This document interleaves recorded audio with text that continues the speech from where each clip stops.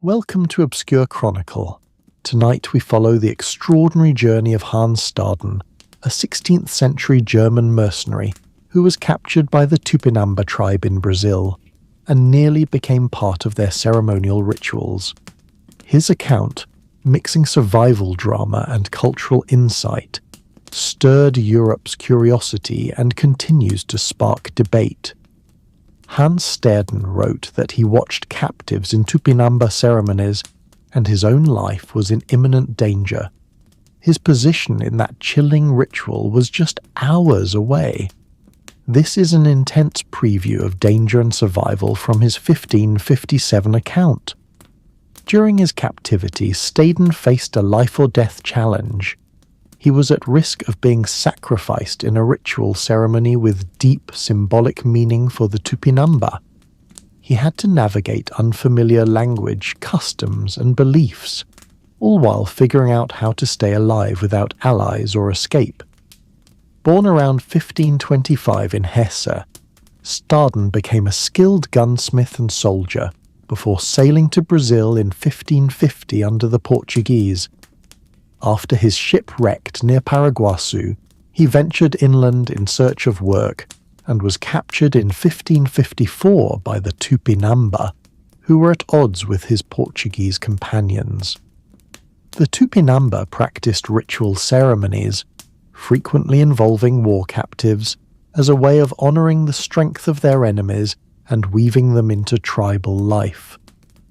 Staden describes the ceremony in which captives were ritually prepared and consumed as part of a sacred communal act. Though deeply frightened, he recounts how he persuaded his captors to spare him through wit, cultural accommodation, and sometimes spiritual diplomacy.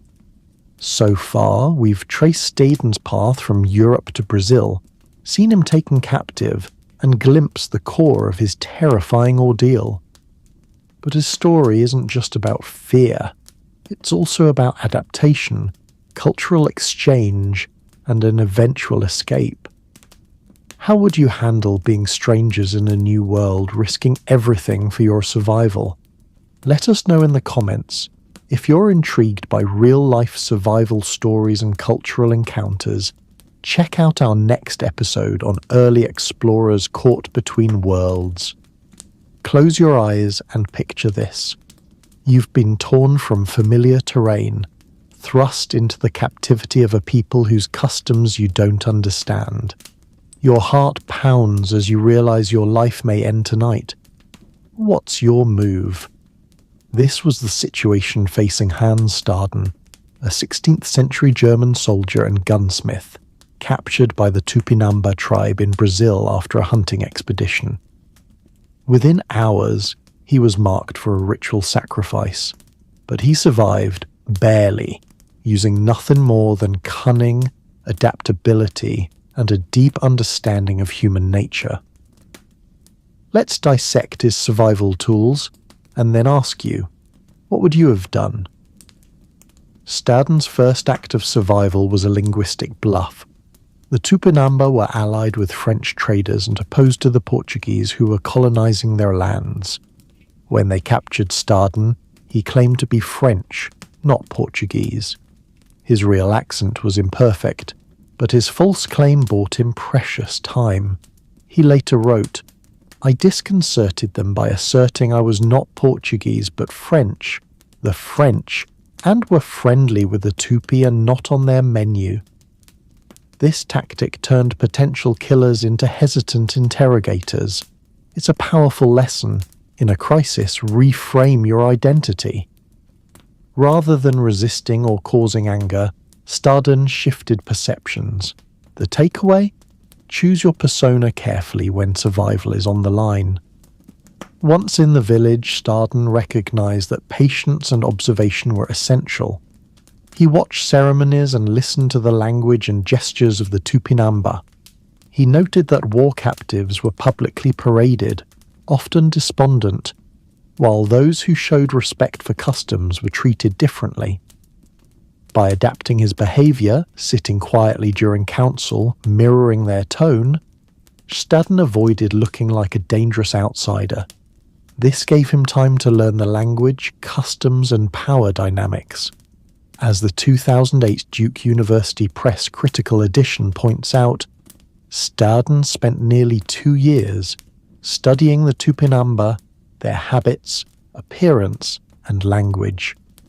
Your survival takeaway: in extreme situations, absorption beats action. Learn before you act. Situational awareness saves lives. Staden understood power flows not just from weapons or strength, but from spiritual authority. Seizing this, he claimed to possess healing power through prayer. He cured a tribal leader of an illness and declared his connection to a powerful spirit. He claimed he cured the tribal king and his household from illness through the power of prayer. The Tupinamba embraced him and called him Sheraia, meaning "Son, do not let me die." He positioned himself as powerful rather than powerless, someone whose presence could bring luck and protection. In that transformation, death became less inevitable. Reflection for the viewer: when your back is against the wall, choose your metaphorical shield wisely. Your words, faith, or symbol can be just as protective as stone walls. Staden's next survival strategy was perhaps the most daring. He became a translator and mediator. He offered insights into the Portuguese and later alarming intelligence that predicted an attack on the Tupinamba. He skillfully navigated cultural tensions, sharing observations with chiefs and tribes, linking events to his backstory. As Neil Whitehead and Elida Metcalf write, Staden became a transactional and representational go-between in the Atlantic world. In essence, he made himself indispensable by using information as currency. He turned from a captive into a participant in their historical moment. This survival blueprint asks, how can you make yourself valuable when you can't fight? Value isn't always muscle. Sometimes it's knowledge. Perhaps his greatest survival stroke was when the Tupinamba chiefs began calling him Sheraia, meaning son. That title elevated him. Instead of prey, he became a symbol of continuity, a chosen outsider. He was no longer disposable. It's a window into tribal psychology. Familial metaphors create bonds that rival blood in building trust. Guide for reflection. In a hostile world, can you transform enemy into member? Shared identity can be the difference between exile and acceptance. Over months, Staden navigated shifts in tribal politics, jealousy, and even betrayal. A French intermediary once declared him Portuguese again, prompting the tribe to grow suspicious, so they paused his execution. They watched. They waited. Staden wasn't just lucky, he stayed unflappable. He responded to each challenge with a respectful tone, timely truth, or carefully crafted story. He avoided panic, hostility, and bravado. Psychologists say that high-pressure situations require emotional composure. Staden became a master of this, proof that adaptability trumps aggression every time. Now, take a deep breath and imagine stepping into Hans Staden's sandals. No European framework to rely on, no weapon in hand, no allies from home, deep in enemy territory, your life at constant risk. Could you pull off the same strategies? Would you attempt to lie about your identity? Could you learn another language fast enough to bluff your way? Would you invent spiritual powers? Could you transition to broker and mediator? It's not just a thrilling mental puzzle. It's an emotional test. Each question drills down into your capacity for cultural empathy, resourcefulness, and survival instinct. Staden's survival toolkit was startlingly human. Words over weapons, observation over confrontation, spiritual narrative over defeat, information over combat, empathy over destruction. His strategies transcended time. They speak not just to survival in Brazil, but to crisis navigation anywhere. Your task, viewer, how would you play cultural chess? In the coming chapters, we'll trace the journey from this first crisis deeper into Tupinamba life, uncovering how Staden strengthened his position, pioneered spiritual diplomacy, and ultimately found a way home. But now, pause, reflect. What would you do? Drop your answers below. It's more than a comment. It's a rehearsal for crisis survival. Imagine a quiet village in Hesse, Germany, circa 1525. A young man named Hans Staden grows up amid hilly forests and modest stone homes, learning the trade of a gunsmith. As Europe trembled under religious and political tension, Hans dreamed not of borders or peace, but of adventure. In 1547, that dream became a choice. He boarded a ship bound for Portugal, hoping to journey further, to India perhaps, but destiny held other plans. By 1549, Hans found himself on the River Plate, with ships broken by storms and crewmen lost to illness and hunger. 2 vessels sank, and nearly half the sailors, including many Europeans, vanished in the unrelenting sea. Casting off on wreckage, Hans and the survivors struggled to build shelter and forage. For nearly 2 years they lived off shellfish, lizards, and the occasional rat. Hunger gnawed at them, not just for food, but for home. In late 1549 they reached Santa Catarina Island. Here they slowly rebuilt their strength, relying on strength, hope, and resourcefulness. By 1552, Hans reached São Vicente, a Portuguese settlement on the eastern shore of Brazil. In São Vicente, Hans's skill as a gunsmith earned him a place with the Portuguese. He manned cannons, guarded the fort at Bertioga, and became a humble frontier soldier, far from Germany, but safe for now. Yet the frontier was alive with tension. Around him, the Portuguese traded with the Tupiniquim, while the Tupinamba, their traditional enemies, aligned with the French. Every day was a dance of diplomacy and mistrust. Then, in 1553, Hans joined a hunting party, a simple attempt to stock the fort's larders. This small journey would forever change his life. Before that fateful moment, Hans survived again at sea. An expedition bound for Paraguay was wrecked near Itanhaém, south of São Vicente. Though many of his comrades perished, Hans swam ashore and found his way back to São Vicente. Each shipwreck, each narrow escape, honed Hans's resilience. He was no longer just a gunsmith. He was becoming a man shaped by the perils of the New World. His story echoes a broader human story, the restless pursuit of fortune, purpose, and experience. What drove Hans, and many like him, to risk everything? Hope for wealth. Stories of Brazilwood and gold glimmered across Europe, promising riches beyond imagination. Faith and duty. European powers viewed colonization as both a divine mission and a path to global prestige. Professional callings, soldiers, craftsmen, sailors, they each found a role on the frontier. The lure of the unknown, war-scarred and restless, many sought refuge and meaning in distant lands.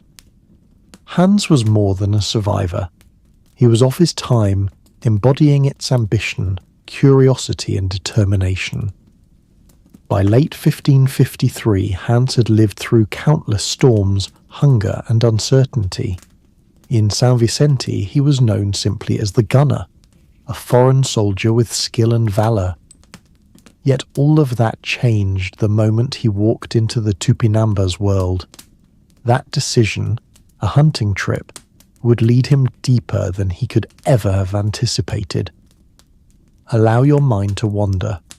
Would you dare leave behind familiar lands for a chance at the unknown? Could you endure shipwreck after shipwreck and still press on?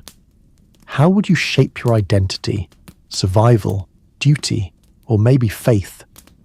Hans's choices, born of hope, fear, curiosity, echo through time. This chapter traced Hans from quiet poverty in Hesse to gunpowder and tides along Brazil's coast. We've witnessed resilience carved into the bones of shipwrecks and frontier forts. The stage is set. Next, the hunting expedition and the ambush that sent Hans into captivity. There, survival enters its most dangerous game. Hans Staden's journey with the Tupinamba had already seen him through treacherous seas, crushing hunger, backbreaking labour, and the shadow of death. Yet none of those challenges compared to the vulnerability he experienced when illness crept through the village. In that fragile moment, stripped of all defences, Staden discovered the quiet strength of spiritual diplomacy. When the tribal chief fell ill, the entire community was shaken. Traditional remedies and council rituals failed to cure him. In hushed tones, villagers acknowledged a helplessness that mirrored Staden's own helplessness at the moment of his capture. Yet in that unsettling calm, Staden offered a prayer, a simple, earnest plea for the chief's recovery. He spoke softly in German, his voice trembling with sincerity but bold enough to be heard. Days passed. Without any potion or ritual, the chief began to recover. He stirred, regained colour in his cheeks, and by the end of the week, was eating again. Word spread quickly. The foreign captive had spoken a prayer that healed. It was the talking of spirits, the village whispered, and it was powerful enough to save. From that point on, Staden noticed a subtle shift around him. Where suspicion once lingered, there was now a ripple of regard. The villagers began to refer to him as Sharia, meaning, "My son, do not let me die." It was a name that bound him to the village in a way no treaty could, no embrace could. The whispered phrase held power beyond words. It carried the weight of dependency, of gratitude, and of fragile trust. In the soft glow of evening fires, villagers would gather and invite him to share hushed words, prayers, it seemed, that could bring peace or stave off sickness. His prayers became requests. Sometimes a mother would come in the quiet hours, ask him to pray for her sick child. Sometimes an elder would beckon him to whisper in the morning mist. He did not weave grand miracles. He offered presence, sincerity, and a hope that calmed spirits and hearts alike. Yet Hans never claimed divine status. He spoke of his unknown God with humility, acknowledging that he did not understand their ways. Still, the simplicity of his faith, soft, respectful, and genuine, felt to the Tupinamba like comfort beyond their own. In that gesture, Staden wove himself into their spiritual landscape. Becoming a spiritual son held a fragile security. When storms brewed or illness threatened again, the villagers joked, "If Hans lives, we live." He became a linchpin. His survival was no longer ideological, it has become personal. If he fell, the village feared the gods themselves would falter too. He was not just a man to them. He was a symbol of their well-being. This fragile safety is a testament to human connection. A peaceful soul, recognized and accepted, can transcend even the mistrust of ritual combatants. Staden later reflected that no sword, not even his gun, could have prevented what his prayers did. It was spiritual armor, woven from empathy and respect, more durable than any steel. Think with me now. What does this say about personal power, about influence shaped not by might but by belief? A single prayer spoken from the heart, in a tongue not understood, can heal grief, or at least settle it. A gesture shared in silence can forge trust. In crisis, what voice might you cultivate in others? What acts of small grace might become your shield? Staden's story did more than save a life. It saved him from becoming a statistic or a cautionary tale. He became part of a village that had once marked him for death. In place of fear, he found kindness. In place of isolation, a quiet bond. The line between outsider and family blurred, drawn again and again by small acts of shared faith. Even when whispers swirled, his death might strip the village of strength. His betrayal might bring calamity. They hesitated. They listened to his quiet assurances, saw him kneel in the dew, watch storms pass. They remembered their own children's fears and Chef's own fears, how they found safety in words they scarcely understood but deeply felt. Hans wrote that the villagers told each other, "If Hans prays, maybe the evil will stay away." These words echoed through life's uncertainty, not because they believed in his God is full, but because they trusted his sincerity. They believed in him. Pause and consider this carefully. In your own life, what quiet act of relevance might forge trust? When walls rise around you, what humble doorway can you offer? It need not be a grand gesture, an apology, a listening ear. A moment of prayer or meditation can create shelter. Hans taught us that survival isn't always hard won by force. It's often shaped in the stillness of the heart. He found solace in a foreign god, but his gift was kindness. The village offered food, warmth, even spiritual inclusion. A dance of compassion replaced a cycle of violence, and in that dance he took his place. We might think ourselves strong, armed, prepared, but Hans was weaker at first, adrift, sick and cornered. It was softness, patience and prayer that steadied him. It was empathy, not steel. It was connection, not confrontation. This wasn't a story about tactics. It was an endurance built in humility. As you listen, you may feel your heartbeat slow, your breath steady. Think of Hans, kneeling in the earth, head tilted. His words were not weapons, but bridges. They crossed a chasm between tribes, between fear and trust, between survival and harmony. In these moments, each of us holds the power of small faith. A whisper in kindness can echo in someone's fear. A moment of sincerity can shift perspective. A shared grief can connect, heal, and protect. Hans's quiet prayers didn't just protect him. They reshaped an entire tribe's view of him. And somewhere under the same stars he prayed beneath, you hold that same quiet choice.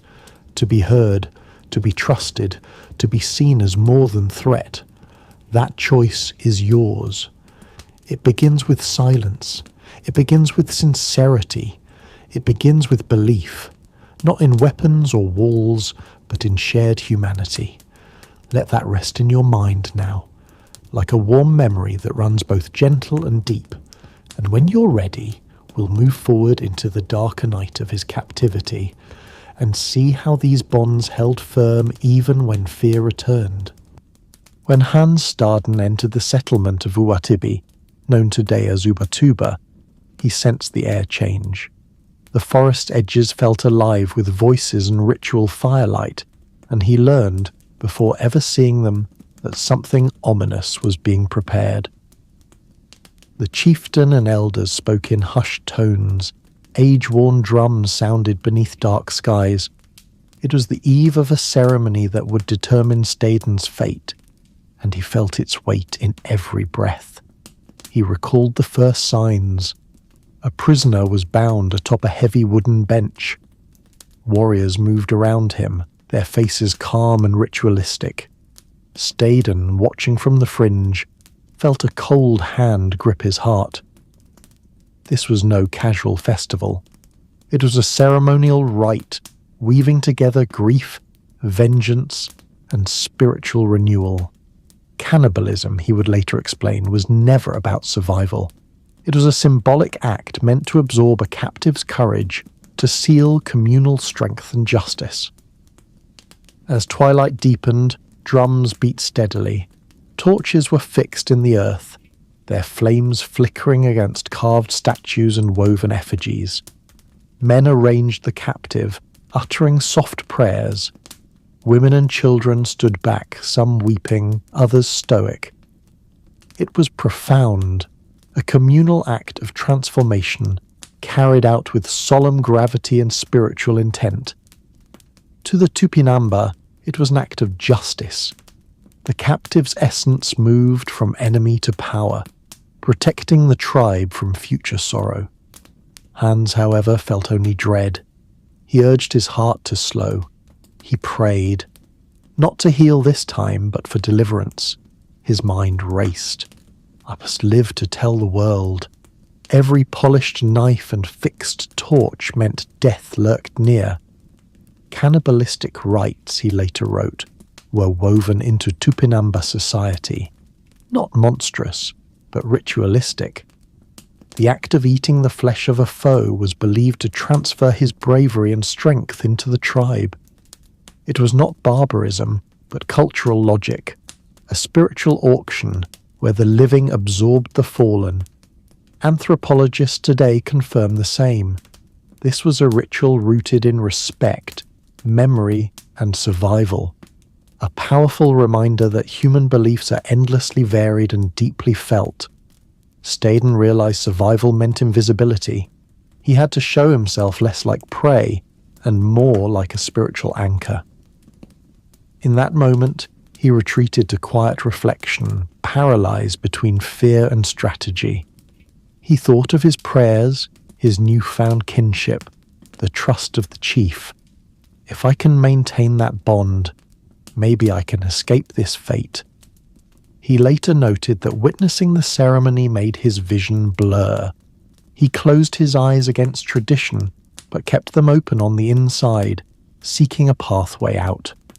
As flames danced on metal and bone, he crane-necked to note positions of guards, paths to flee, sympathetic faces grazing mingled terror and pity. Every instinct told him to flee. Every realization whispered that fleeing without plan was death. By morning, the ritual completed, the captive was gone. Ash, bones, prayers, everything returned to the earth. The tribe cleaned their hands and resumed daily life as though no boundary had been crossed. To them, it was sacred closure. To Hans, it was a demonstration. Cultural power transcended fear. He had seen how ritual wove life and death into community. He had seen how death could empower. Alone, he thought, I must become less different, less human, more symbol. Shaking, standing on land still warm from torchlight, he found clarity. Friend or threat, spirit or flesh. The line would determine his fate. He wove into his mind a new strategy. Maintain spiritual role. Observe without anger. Listen without fear. If he could navigate this rite's logic, he could perhaps convert their ritual to his path. Hans later recalled feeling as if the stones themselves watched him. He was a ripple in the communal lake, and now he had to control his reflection. He sought out elders, these silent ones who did not feast but watched. He offered small gifts, not food but prayers and quiet songs. In his mind, every ritual, every stare became an opportunity to reassert spiritual kinship. Within days, he began shifting perception, his face scarred by fear, his hands steady only in prayer. The guards would allow his presence near ceremonies, not as threat, but as accepted steward. He became a caretaker of ritual memory rather than victim. Anthropologists today point out that such rituals, while extreme, were often carefully regulated. Captives chosen were frequently war captives, promised participants in ceremonial upkeep. Tribal priests oversaw whether each captive was sacrifice or asset. Hans, the outsider, was at first dismissed, but with prayer and humility he reframed himself as asset. He wrote of noticing that the bones of the fallen were treated with reverence after burial, cleaned, ritually interred, often accompanied by prayers for safe passage in the spirit world. Death here was not a horror but a duty. He watched shamans whisper to bone and branch. Their voices, low and melodic, carried the stories of ancestors and renewal. This ritual, he reflected, was paradoxical, an act of violence that wove communal identity, memory and survival. He understood that turning away, resisting, rebelling, would destroy him. Instead, he opted for stillness. He became a vessel of quiet presence, a witness rather than opponent. His posture shifted, eyes soft, hands calm. He spoke gently, often with few words, and offered prayers whenever illness spread. He attended ceremonies with bowed head, not bravado. It was painstaking work. Each meal, each quiet bow, each prayer began to shift collective energy. He later noted that during a festival to celebrate planting, he was asked to join, not as captive, but as prayer offerer, a caretaker of tradition. The village accepted him in this rhythm. This transformation was not fast, it was not pleasant, it was slow, governed by ritual, bolstered by respect, shaped by shared intent. Hans's internal panic softened into studious calm. He trusted silence. In that silence, he listened to drum rhythms, to wind through bamboo, to elderly voices in communal council. He drew meaning from every whisper. His survival had become a silent ritual himself. Listen, respond, pray, repeat. His strategy shifted from hiding to presence. He was still prey until he became protector. Consider this. In chaos, what if your quiet presence, your respectful listening, your empathy could become your strongest armor? What if you could step into a ceremony standing on the edge of death and emerge woven into its meaning? Hans emerged from Uatibi, not unscarred, but alive. His faithfulness under threat had granted him passage. He had become less alien. He had moved from to be eaten to be honoured. And though some nights he heard drums echoing through the forest, reminding him of what might have been, he also heard prayers rising from those same hearts. He walked among the tribal council staff not as captive but as guardian of memory. We pause here. Allow each drumbeat, each hushed chant, each ripple of ritual to echo in your mind. Think of what binds us, even to those we fear. What threads of belonging might connect us in our darkest hours? In the days ahead, Hans's spiritual role would deepen. But for now, he carried with him the weight of ritual and the steady warmth that comes when belonging takes root. Night fell soft and slow across the forests of coastal Brazil.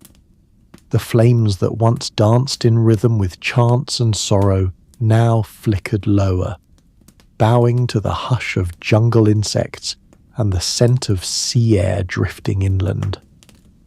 Hans sat alone, not far from the communal clearing, beneath the twisting arms of a jacaranda tree.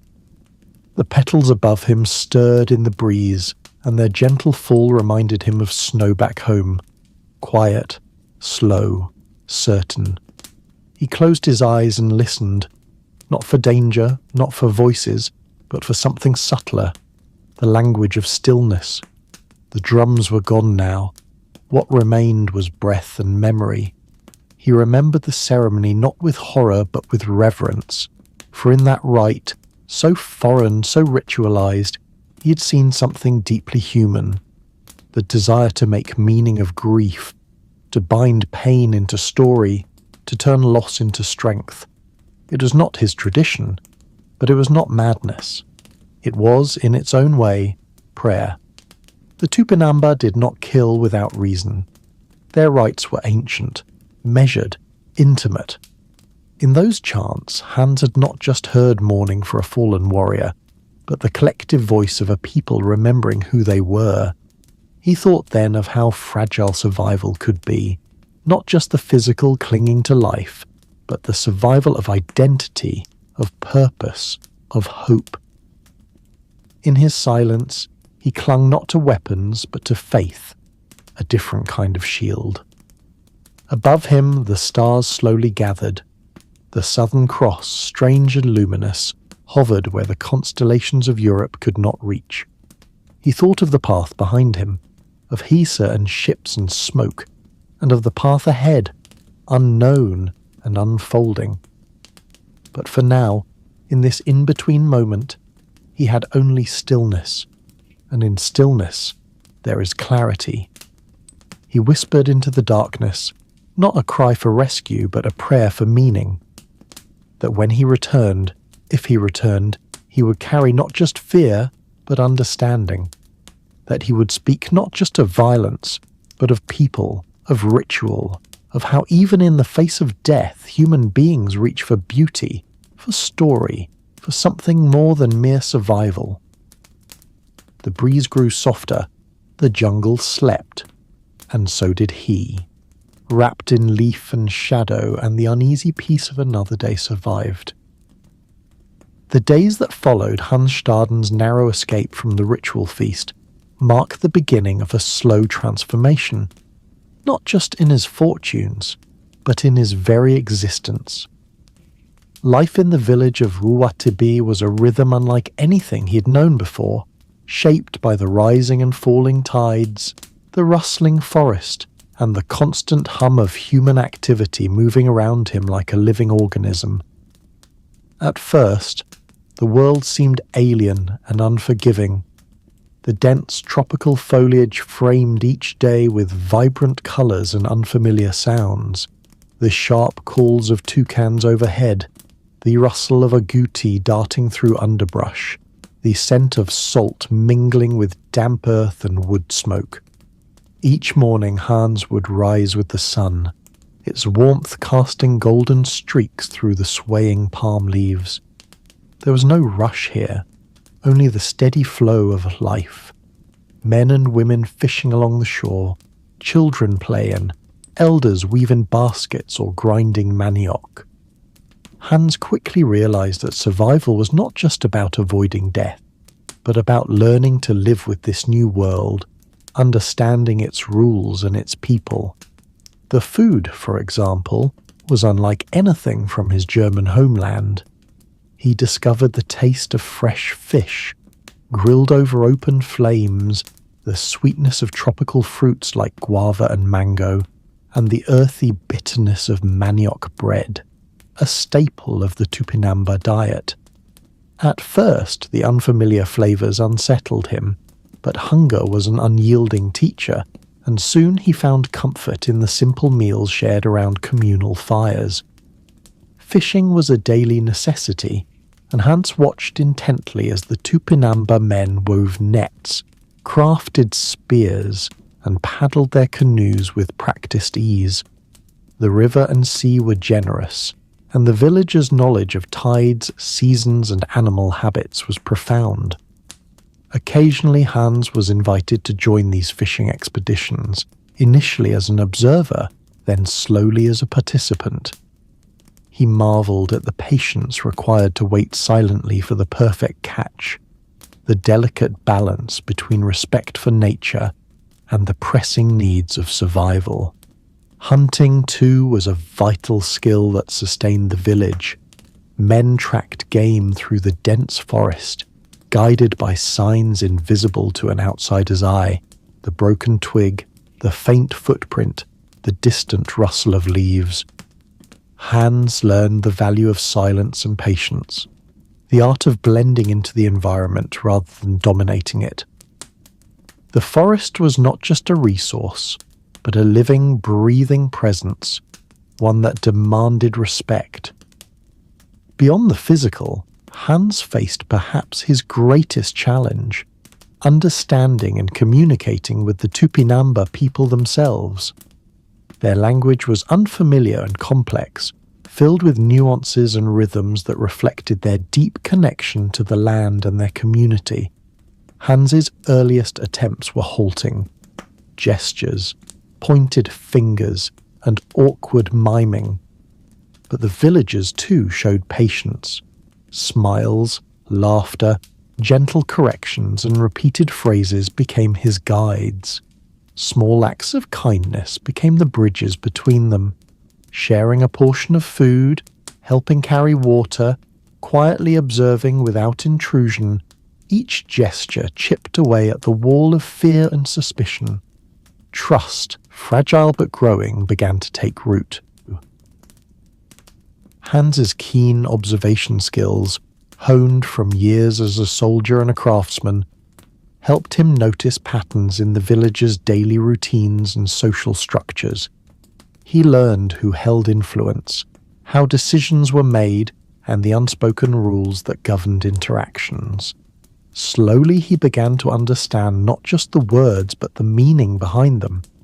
With this newfound knowledge, Hans began to serve as a bridge between cultures. When Portuguese traders or missionaries arrived along the coast, he found himself called upon as an interpreter, a translator who could navigate the delicate dance of diplomacy and misunderstanding. His role was precarious but vital, allowing him moments of influence and protection. This position came with its own dangers, of course. Mistrust could erupt quickly if words were misunderstood or loyalties questioned. But Hans learned to choose his words carefully, to listen as much as he spoke, and always weigh the consequences of his actions. Throughout this time, Hans grew in ways he never expected. He was no longer just a captive or a prisoner, but a participant in a complex, vibrant society. Yet, even as he integrated, the shadow of his earlier captivity lingered. The knowledge that his survival was fragile, his fate still uncertain. Still, there was a quiet strength in the routine, in the rhythms of daily life shared with people who, though different, were now his community. In the crackling firelight beneath a sky so different yet filled with the same stars he knew from Europe, Hans found moments of peace. The world he had feared had become a place of learning and connection, and through it all he held on to hope, a hope that one day his story would be told, that beyond the fear and mystery, beyond the rumors and legends, there was a truth worth hearing, a truth of survival, adaptation, and the human spirit reaching across worlds. In the midst of captivity, Hans Staden's survival hinged not just on endurance, but on his ability to become part of a world utterly foreign to him. Every day in the village was a lesson in humility and adaptation. The rhythm of life, fishing at dawn, hunting in the dense forest, sharing meals cooked over open flames, was a far cry from the structured life of a European soldier. Yet, through quiet observation and patient mimicry, he learned the subtle language of gestures, the cadence of words, and the significance behind customs. It is here, in these seemingly mundane acts, offering a smile, echoing a phrase correctly, helping with a simple task, that bridges are built. Staden transformed from an outsider to a participant, a translator between two worlds. His story reminds us that cultural understanding is often forged in moments of small kindness and earnest effort. Trust, fragile and precious, can sprout even in the most unlikely soil, if nurtured with patience and respect. For those of us watching centuries later, Staden's journey offers a timeless reflection. When faced with the unknown, our best hope is openness. In the space between fear and acceptance, we find connection, and sometimes that connection is what makes the difference between life and death. When Hans Staden found himself captive among the Tupinamba people of 16th century Brazil, the sharp edge of fear was ever present. Yet beyond the threat of death and the unknown customs surrounding him, Staden quickly realized that survival hinged not only on physical endurance, but also on an astute understanding of the tribe's worldview and belief systems. It was here, in the realm of spiritual power and faith, that he found a potent and unexpected weapon: Christian prayer. In Europe, Staden's faith was likely a quiet personal anchor, a source of comfort amidst the turbulence of war and travel. But in the dense forests of Brazil, among people whose cultural and spiritual frameworks were deeply different, Christian prayer took on a new and strategic significance. Staden began to claim a special connection to a powerful spirit through his prayers, a claim that would profoundly influence how the Tupinamba saw him and ultimately spare his life. The tribe's belief system was rooted in animism, where spirits inhabited all things: trees, rivers, animals, and humans. They practiced rituals that honored these spirits, seeking their favor or appeasement to influence daily life, warfare, and survival. Into this spiritual landscape, Staden introduced the idea that he was blessed with the power of an unseen but supreme entity, the Christian God. His prayers were more than words. They were acts of healing and protection that set him apart from other captives and enemies. One pivotal episode, as Staden recounted in his own narrative, involved the healing of a tribal leader who had fallen ill. Staden prayed fervently, calling on his god to heal the man and his household. Remarkably, the tribal leader recovered. To the Tupinamba, this was not mere coincidence. It was a visible sign that Staden was favored by a powerful spirit. He was no longer just a foreign prisoner. He had become Shiraya, a term the tribe used meaning "son, do not let me die."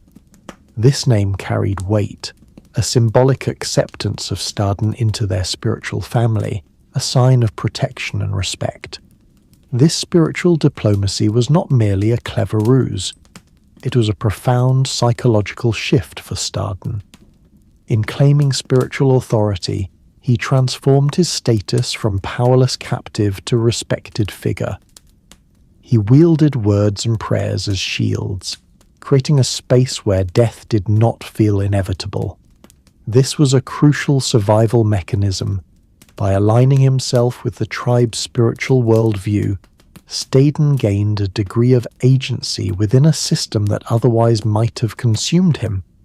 It's important to understand that Staden's use of Christian prayer was an early form of cross-cultural negotiation. It highlighted how religious faith could transcend borders and become a bridge between worlds. The Tupinamba, witnessing this miraculous healing, integrated Staden into their spiritual narrative. The acceptance through faith blurred the lines between captor and captive, reshaping Staden's identity in their eyes. In the broader historical context, this episode reflects the complex interactions between European explorers and indigenous peoples during the Age of Discovery. Europeans often sought to impose their religious beliefs through force or conversion, but Staden's story shows a different facet: adaptation and mutual recognition through spiritual power. His prayers were not weapons of conquest, but tools of survival and connection. For the viewers, this chapter invites reflection on the power of belief itself. When all else is stripped away, language, culture, safety, faith can become a profound source of strength and a currency for trust. Staden's story challenges us to consider how spiritual identity can be both deeply personal and profoundly political. How does faith shape our relationships, especially in moments of crisis? Can belief become a bridge where words fail? In the unfolding drama of Staden's captivity, prayer was more than a ritual. It was a lifeline. It was a beacon in the darkness, signaling to the Tupinamba that this strange foreigner carried the blessing of a power greater than any physical weapon. It was this spiritual power that helped to tilt the balance of his fate, offering protection where none seemed possible. As the story continues, this fusion of spiritual diplomacy and survival strategy remains a testament to human resilience. It reminds us that in the most extreme situations, the human spirit seeks connection, meaning, and hope, sometimes in the form of prayer, sometimes in the form of shared trust, and sometimes in the quiet acceptance of something beyond ourselves. As days turned into weeks in the dense Brazilian jungle, Hans Staden's role within the Tupinamba village subtly shifted. The prayers he offered, once tentative and personal, became a daily ritual that fascinated and comforted the tribe. Staden was no longer just a captive. He had become a healer, a spiritual figure whose presence was woven into the fabric of village life. The Tupinamba people, keen observers of signs and omens, began to see Staden's prayers as a source of protection against the unseen dangers lurking in the forest, disease, misfortune, or hostile neighboring tribes. Each time illness struck, the villagers turned to him with hope, watching closely as he whispered invocations and crossed himself in ways both mysterious and new. Staden himself found solace in this role. The act of prayer gave structure to his days, a rhythm that kept despair at bay. More than that, it was a shield that diverted suspicion and softened the attitudes of his captors. His prayers became a bridge between two worlds, the European Christian faith he carried from his homeland and the spiritual world of the Tupinamba. In this delicate dance of trust and survival, language played a key role. Staden learned to communicate not just through words, but through gestures and shared rituals. He observed how the tribe invoked their spirits and began to echo their reverence in his own prayers, blending his faith with their customs in subtle ways. This synthesis created a spiritual diplomacy, an unspoken agreement that granted him a place of relative safety. It is here that we witness a profound lesson in cultural adaptation. Staden did not attempt to impose his beliefs aggressively. Instead, he offered them humbly, allowing the tribe to interpret his faith through their own lens. In return, the Tupinamba extended a form of acceptance that transcended language, a recognition that spiritual power, whatever its form, was real and worthy of respect. This acceptance, however, was fragile. Staden understood that maintaining this delicate balance required constant vigilance. A failed prayer, an insult to the tribe's spirits, or a misstep in ritual could quickly turn favor into fear. So he practiced his prayers with care, mindful of the eyes watching him, knowing that his life depended on this spiritual performance as much as any physical act. For the viewer, this chapter invites a meditation on the power of ritual and belief as tools of connection. When confronted with alien cultures and overwhelming threats, Staden's story shows us how faith can become a language of survival. It is a reminder that beneath our differences there is a universal human need to find meaning, to be seen as more than just a stranger or enemy. Imagine being in Staden's place, alone, threatened, surrounded by unfamiliar customs. What words, what symbols, what acts could you offer to bridge the divide? How might faith, however defined, become your strongest ally in the struggle to live? As we continue with Staden's journey, this blending of spiritual worlds will remain central. It is not only a tale of captivity and survival, but also of the profound human capacity to find light in the darkest moments, through prayer, through ritual, and through the quiet power of belief. As days turned into weeks, Hans Staden's spiritual presence among the Tupinamba grew beyond mere survival. It became an intricate dance of understanding, adaptation, and influence. The tribe's worldview was deeply woven with spiritual meaning, where every event, illness, or success was attributed to the will of ancestral spirits and natural forces. Staden, coming from a vastly different background, quickly realized that to maintain his precarious position, he needed to go beyond simple prayers. He had to interpret, respect, and even participate in their spiritual logic. The Tupinamba placed immense value on omens and signs.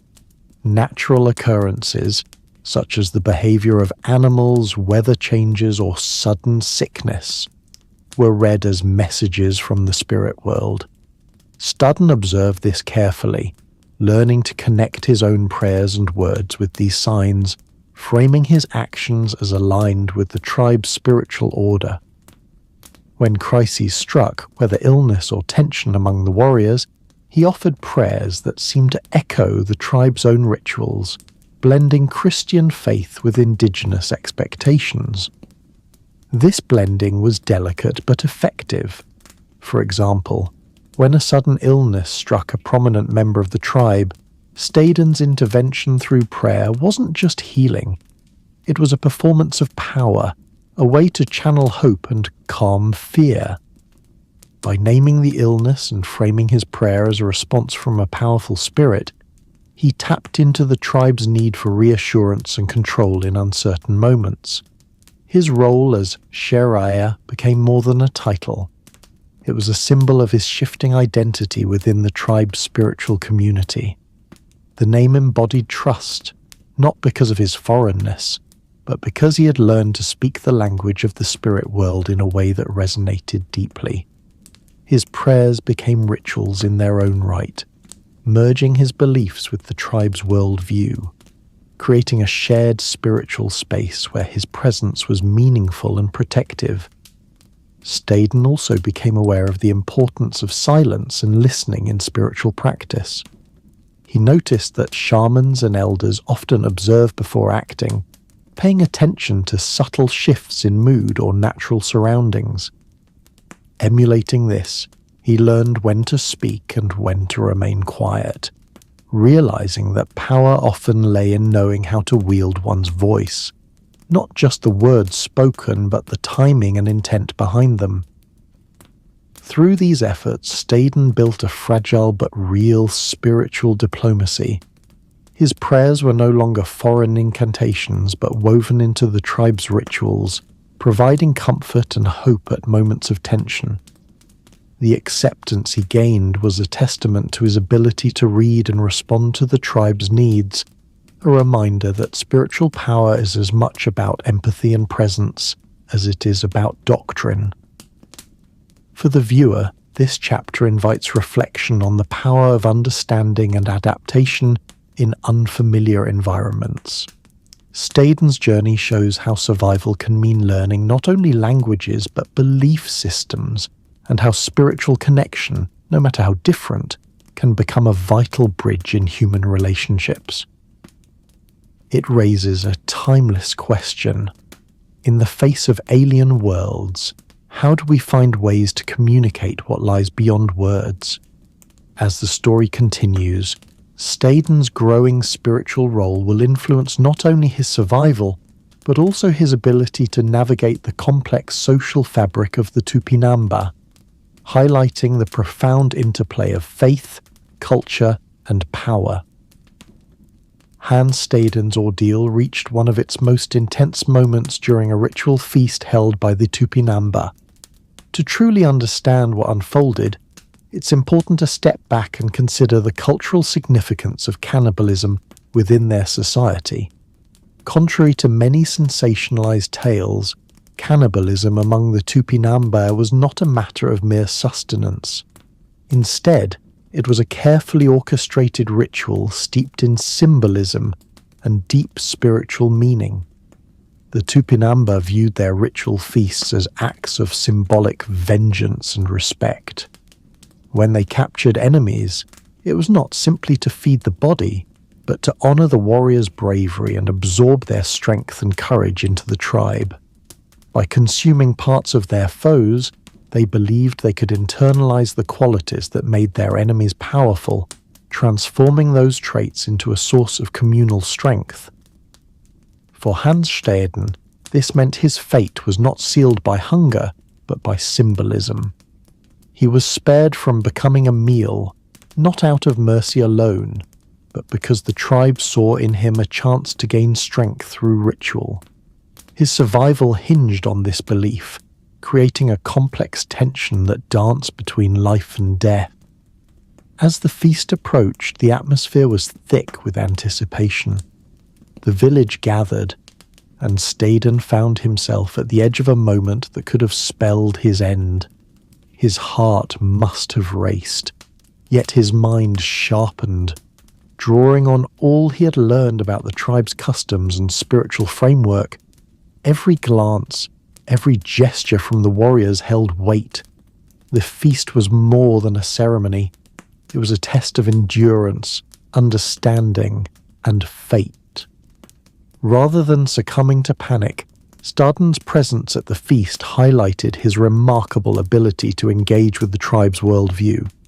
His survival was not a mere stroke of luck, but a product of his growing integration and the respect he'd cultivated. The ritual, while terrifying, was a profound expression of the Tupinamba's values, underscoring how cultural practices often carry meanings that go far beyond their outward appearances. For the viewer, this chapter invites a meditation on how rituals can serve as bridges between worlds, how symbols carry weight in human experience, and how sometimes survival depends not on strength alone but on understanding the deeper stories behind actions. Staden's story here is a powerful reminder. What seems like a threat may carry layers of meaning that offer unexpected paths to endurance.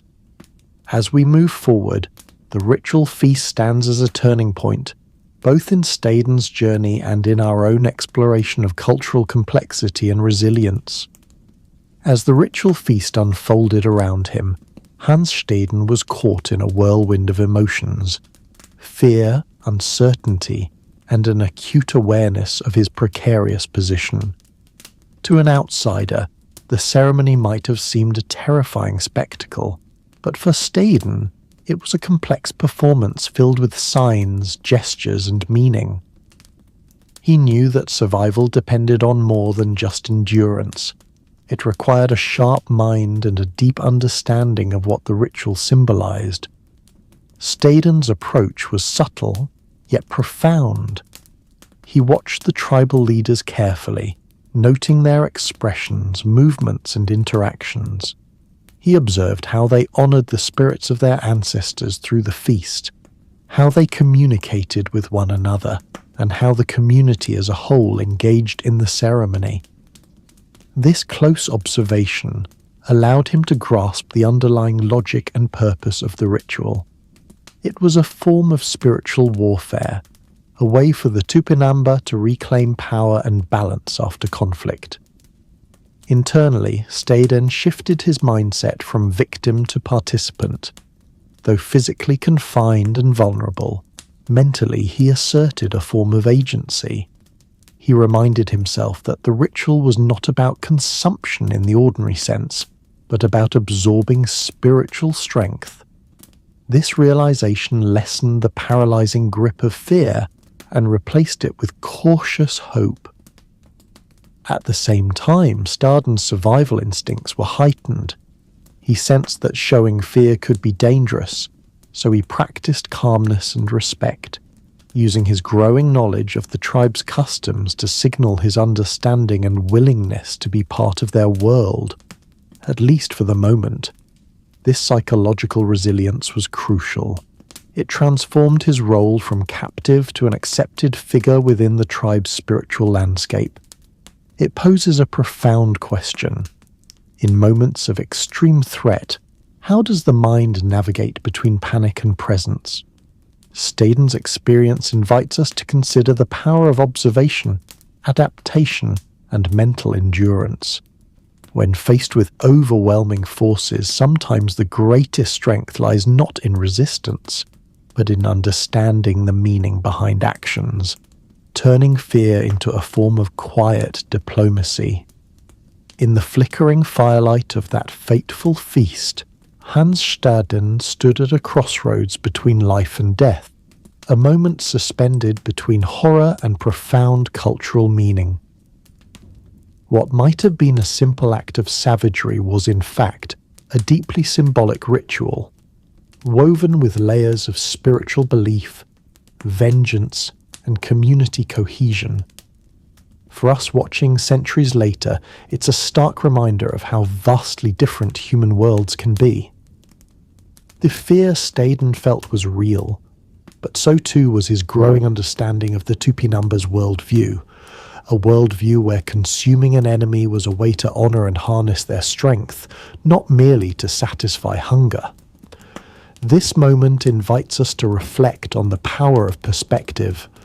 How often do we judge the unfamiliar without seeking its deeper meaning? Staden's story challenges us to look beyond our initial fears and confront the unknown with empathy and curiosity. As we leave this chapter behind, let's hold on to that delicate balance, the tension between fear and comprehension that defines so much of the human experience. It's a reminder that sometimes survival depends on embracing not just the world around us, but the stories it tells. Hans Staden's captivated relationship with the Tupinamba village had settled into a surprising equilibrium. What began as terror and suspicion gradually evolved into a fragile bond woven together by shared rituals, prayers, and the rhythms of daily life. Yet beneath this uneasy peace lay a world of shifting alliances and cultural fault lines. In Chapter 8, we journey with Staden as he becomes both warrior and translator, an insider straddling two worlds. For the Tupinamba, war was never an aimless pursuit of violence. It was ritualized, deeply imbued with spiritual meaning, and governed by strict protocols. When neighboring tribes threatened their territory, Tupinamba war parties mobilized.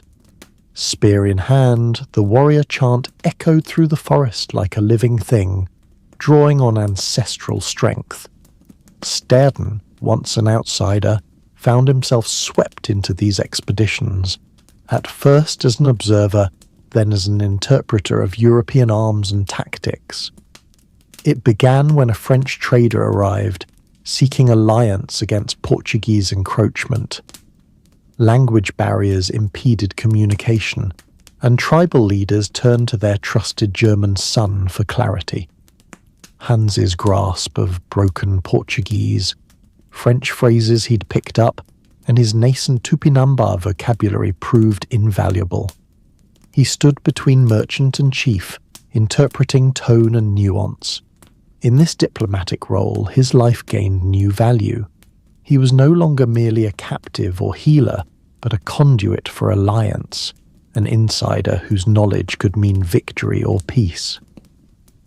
During a tense parley deep in the forest, Staden watched as French and Tupinamba negotiators circled one another like wary animals. The stakes were high. An agreement could bolster the tribe's defenses, but a misstep might provoke conflict. Through whispered translation and careful framing, Hans bridged cultural gaps, reframing direct French demands into the indirect respectful speech favored by Tupinamba elders, conveying tribal concerns to the French in clear, concise terms. His words carried weight, gleaned from months of careful listening and adaptation. When the war party set out, Hans joined them. He donned painted body stripes, learned the cadence of war chants, and marched in step with seasoned warriors. The forest, once alien, became a zone of shared purpose. The crackle of brush underfoot, the flash of spear points, the low chant that bound each man to the next. Staden recalled later how his European training, gunpowder, flintlocks, seemed almost exotic amid the sea of wooden spears and woven shields. He taught them simple rifles drills. They showed him silent tracking techniques. In this exchange, his role deepened. He was both teacher and student. The night before an expected clash, fires burned low near the river's edge. Staden sat cross-legged among warriors, listening to their stories of past victories and losses. He noted how they interpreted dreams as omens, how each man's shield colour spoke of clan affiliation. His own dreams, of home, of Germany's rolling hills, felt distant but persistent. He realised that identity is a tapestry woven from many threads, and here his thread was one of shared purpose. In the early dawn they encountered opposition, a small band of rival warriors along the riverbank. Spears clashed, gunfire rang out in dissonant echoes, and the forest shook with urgent cries. Staden's heart pounded. He raised his musket, took careful aim and fired. The shot rang clear, surprising even himself. Amid the chaos he recognized something primal. Fear and power mingled in a single act. But when the smoke cleared and casualties were assessed, the Tupinamba warriors looked to him with respect, not as a weapon, but as a protector who had stood with them shoulder to shoulder. In the aftermath, when the rival party retreated, tribal elders offered Hans more than praise. They offered trust. He was invited to sit by the council fire to hear the ritual praise songs, to join in the sharing of tobacco and manioc beer. He was no longer just a visitor, he was a participant in their triumph. This intimate acceptance, earned through risk and shared blood sound, elevated his status in the village. Yet Hans never forgot the tension underlying this trust. He was a foreigner with allegiances that could shift as easily as the tides.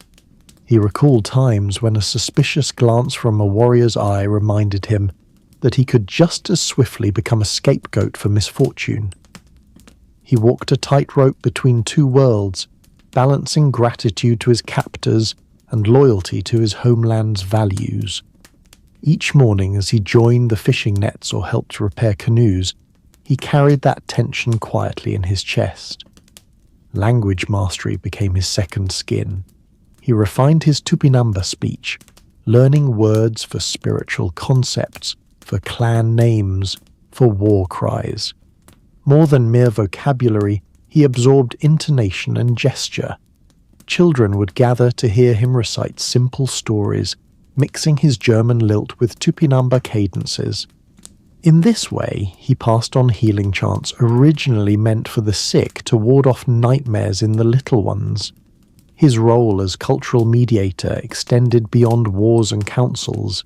It reached into nightly rituals where families sought comfort in stories of distant lands and shared fears. Hans understood full well that his utility to the tribe was his greatest safeguard. When he fell ill, tribal healers cared for him with herbal poultices, guided by his own Christian prayers tuned to their spirits. When Portuguese soldiers sailed near the coastline, they consulted him first, looking for strategies to avoid conflict. He helped translate peace negotiations, ensuring that both sides heard respect rather than hostility. His ability to straddle these worlds became a living testament to the power of cross-cultural empathy. This deep dive into his dual existence brings us to reflect. How often do we find ourselves between cultures, professional, social or familial, needing to translate not just words but heart and intent?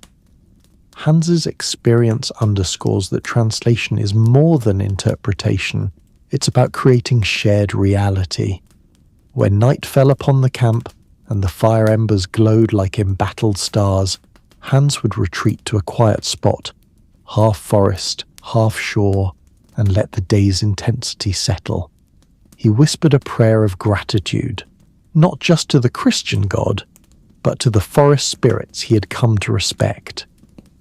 In that moment, two worlds came together: European faith and Tupinamba, reverence for nature. He had become an unwritten chapter in both their stories. In forging this insider role, Hans Staden navigated tension, language, and cultural nuance with remarkable skill. His life, once hanging by a thread, became a testament to human adaptability. In that remote corner of Brazil, he found purpose and protection by living between cultures, by being both warrior and translator, both captive and insider. Hans Staden's place beside the Tupinamba warriors as they prepared for conflict was both surreal and revealing. He had watched from the shadows as tribal elders consulted omens, examining the flight of birds, the patterns in river currents, the whisper of the wind through the canopy, before deciding whether to strike or hold back.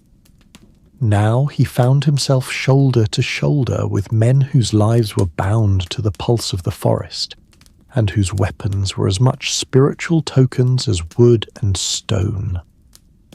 Before dawn on the morning of the war party's departure, Hans rose quietly in his hut. The air was heavy with mist, and the distant calls of howler monkeys mixed with the rhythmic dripping of dew. Warriors gathered by the riverbank, their bodies painted in ochre and white patterns that signified clan affiliation and individual achievements.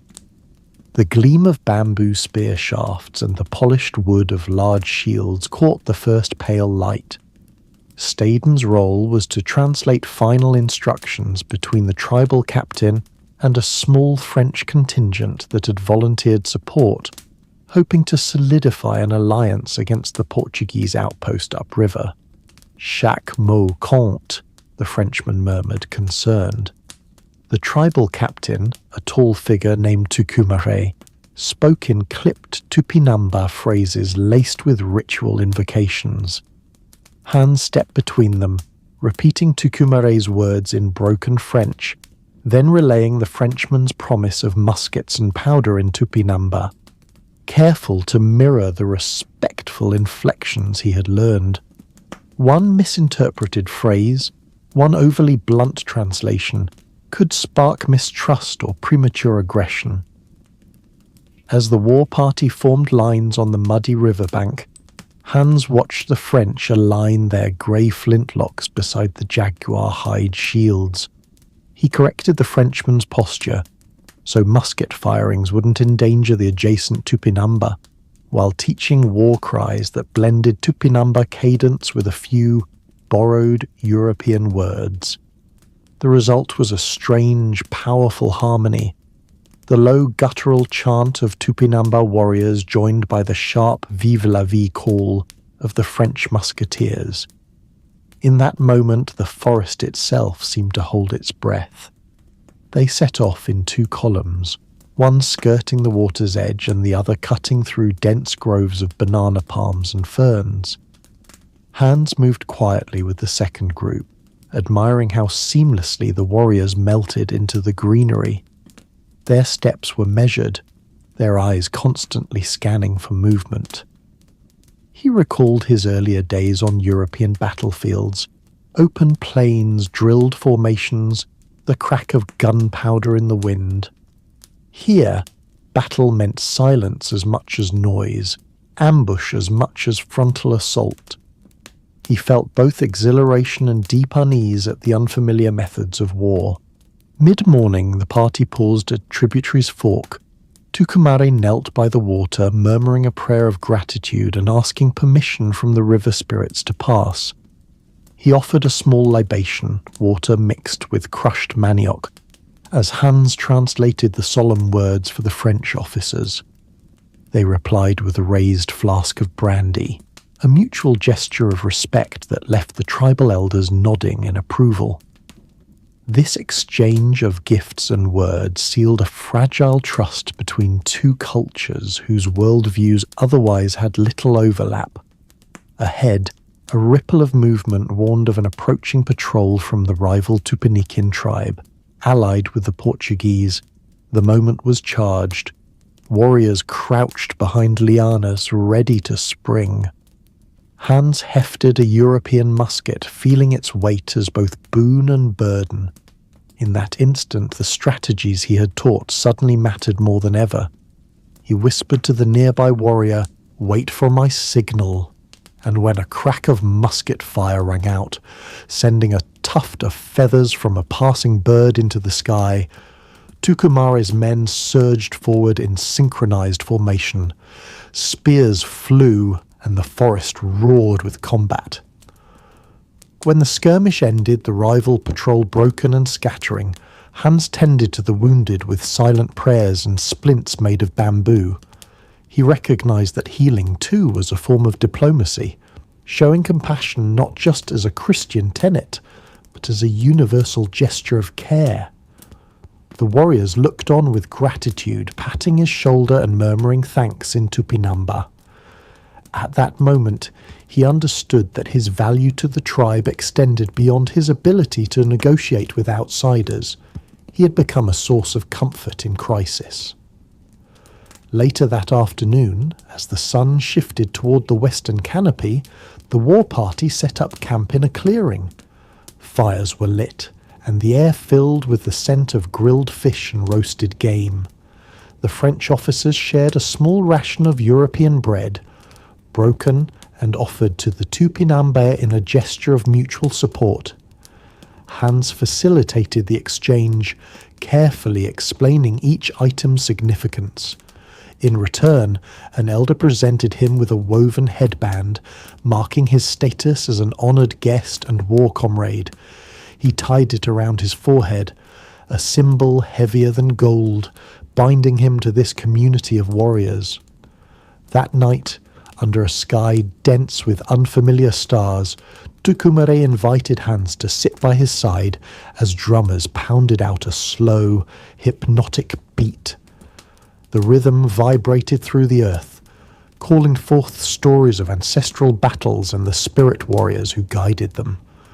Hans closed his eyes, letting the drum beats mingle with his prayers. Christian words softly whispered in the darkness.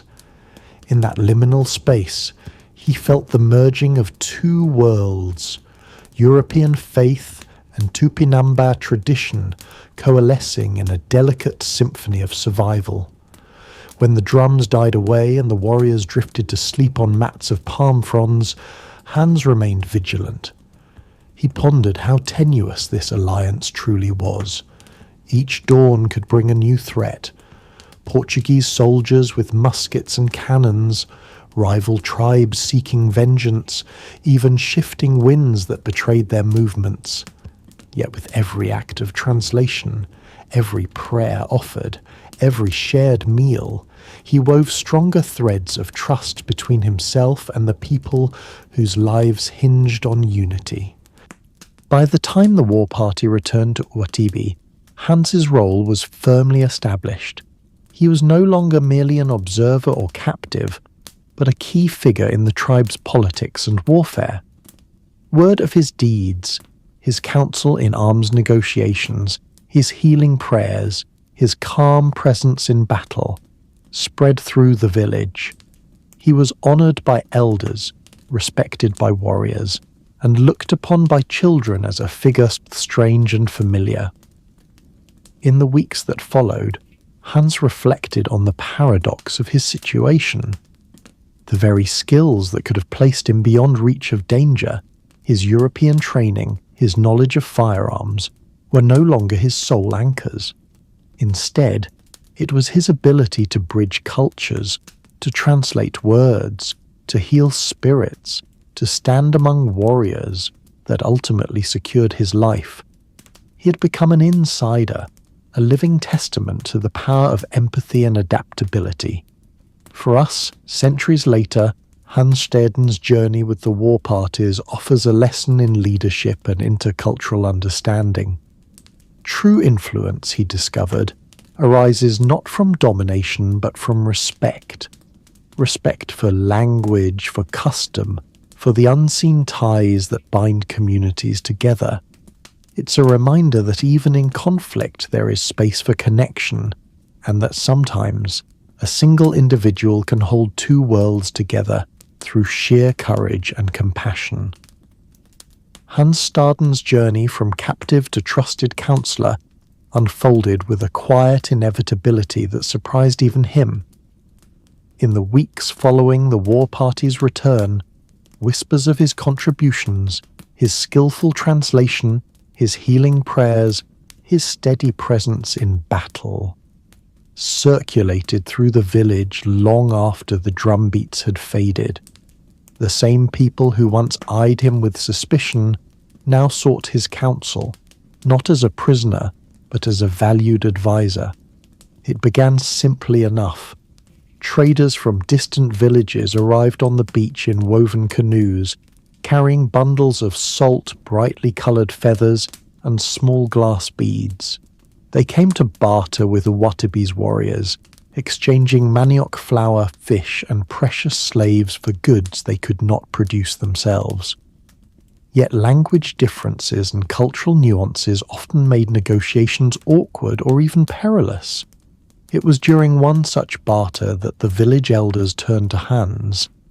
They gestured toward the French glass beads, then to themselves, and motioned for Hans to speak. Clearing his throat, he relayed their offer: 3 baskets of manioc flour for 20 beads and 1 small iron knife. Then, in Tupinamba, he repeated the trader's counteroffer: 10 baskets and 3 knives. As the conversation wove back and forth, Hans guided both parties toward a fair compromise: 15 baskets and 2 knives. When at last the deal was sealed, the traders clapped him on the shoulder, and the elders brandished their newly acquired goods in triumph. Hans watched their delighted faces glow with gratitude, understanding that his words had shaped real, tangible benefit for his adoptive community. In that moment, he saw that his unique position, rooted in faith, survival, and linguistic prowess, had evolved into genuine influence. From trade, his role naturally extended into diplomacy. Pirate vessels and Portuguese slavers sometimes appeared along the coast, their intent unknown. Would these newcomers bring weapons and alliances, or would they enslave the people and extinguish the village? It was in these tense hours that Hans's presence proved invaluable. The tribal council, a solemn gathering under the largest ceiba tree, would convene. Smoke from clay bowls of tobacco curled skyward as warriors, elders, and shamans listened intently to Hans's translations of the foreigners' words. When meanings were unclear or cultural protocols threatened to be breached, Hans gently interjected, offering explanations rooted in both local and European customs. His interventions prevented misunderstandings that might have sparked violence. Between these high-stakes meetings came the smaller, yet deeply significant moments of daily life. Feastings that honoured successful hunts or marked the planting and harvest seasons became occasions for Hans to solidify his standing. He sat among the honoured guests at the long communal tables, partaking in fish grilled over coals and stew made from koipu and palm nuts.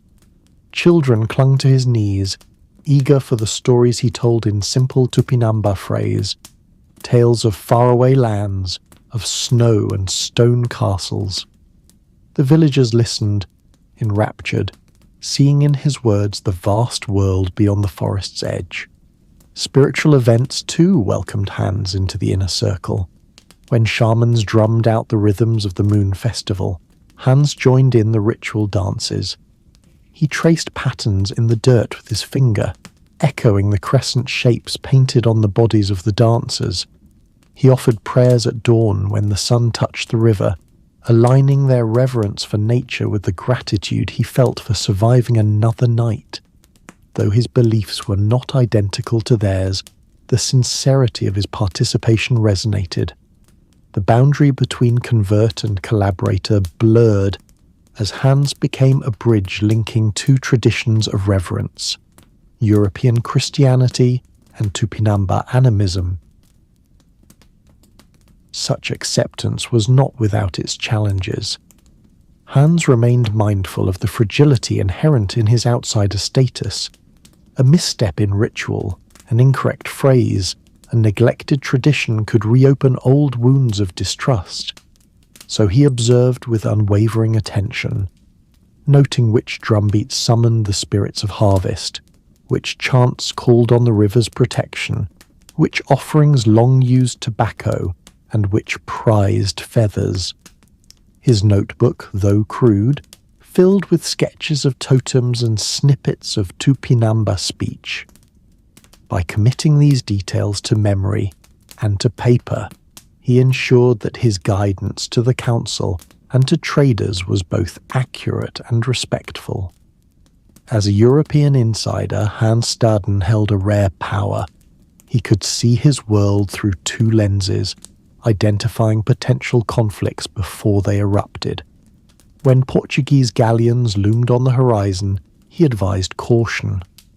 When the villagers planned to raid a rival tribe, he counseled negotiation, citing stories of future reprisal.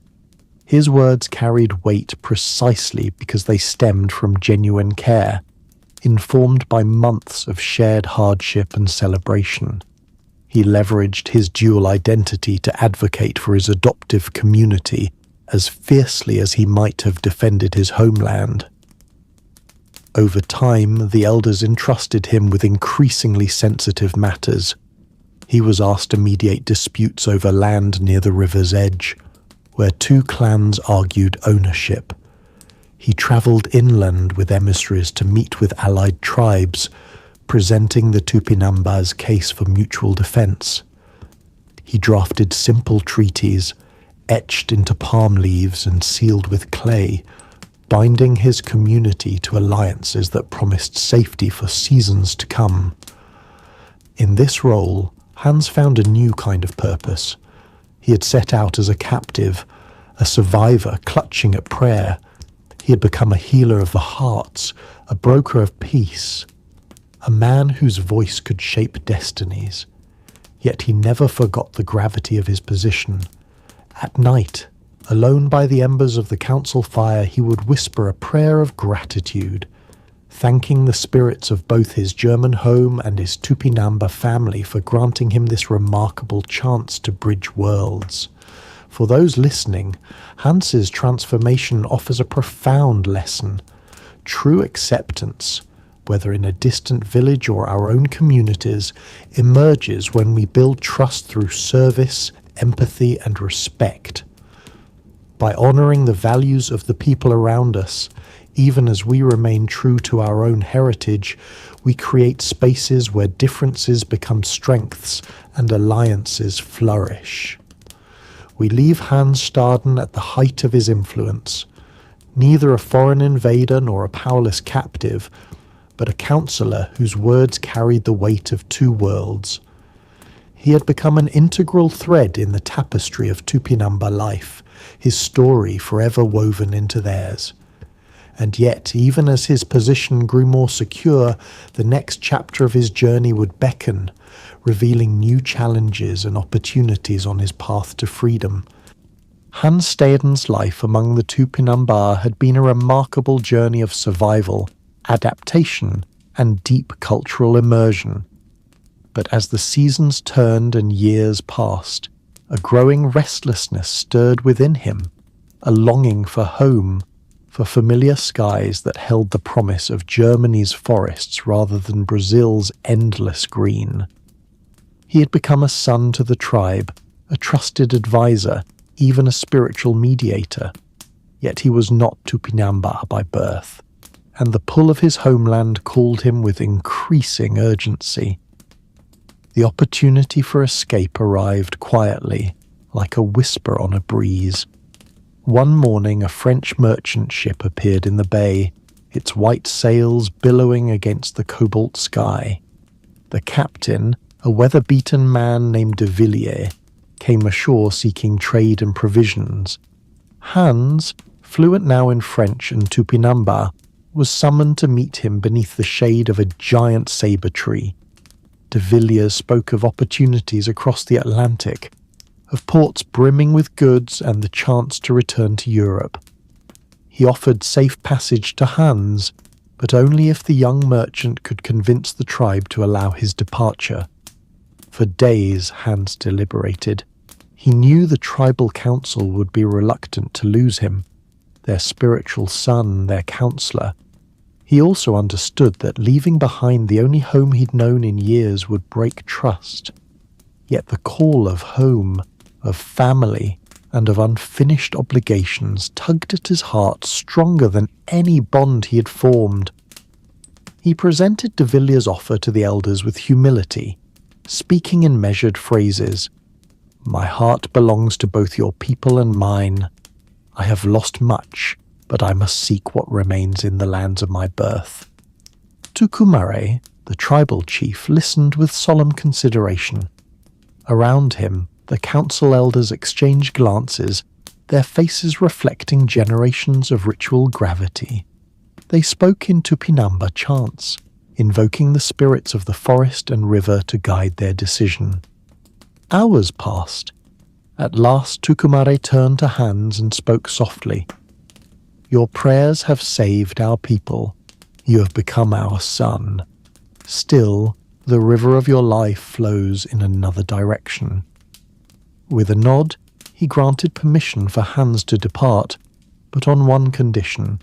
He must take a gift that symbolized both their appreciation and their sorrow.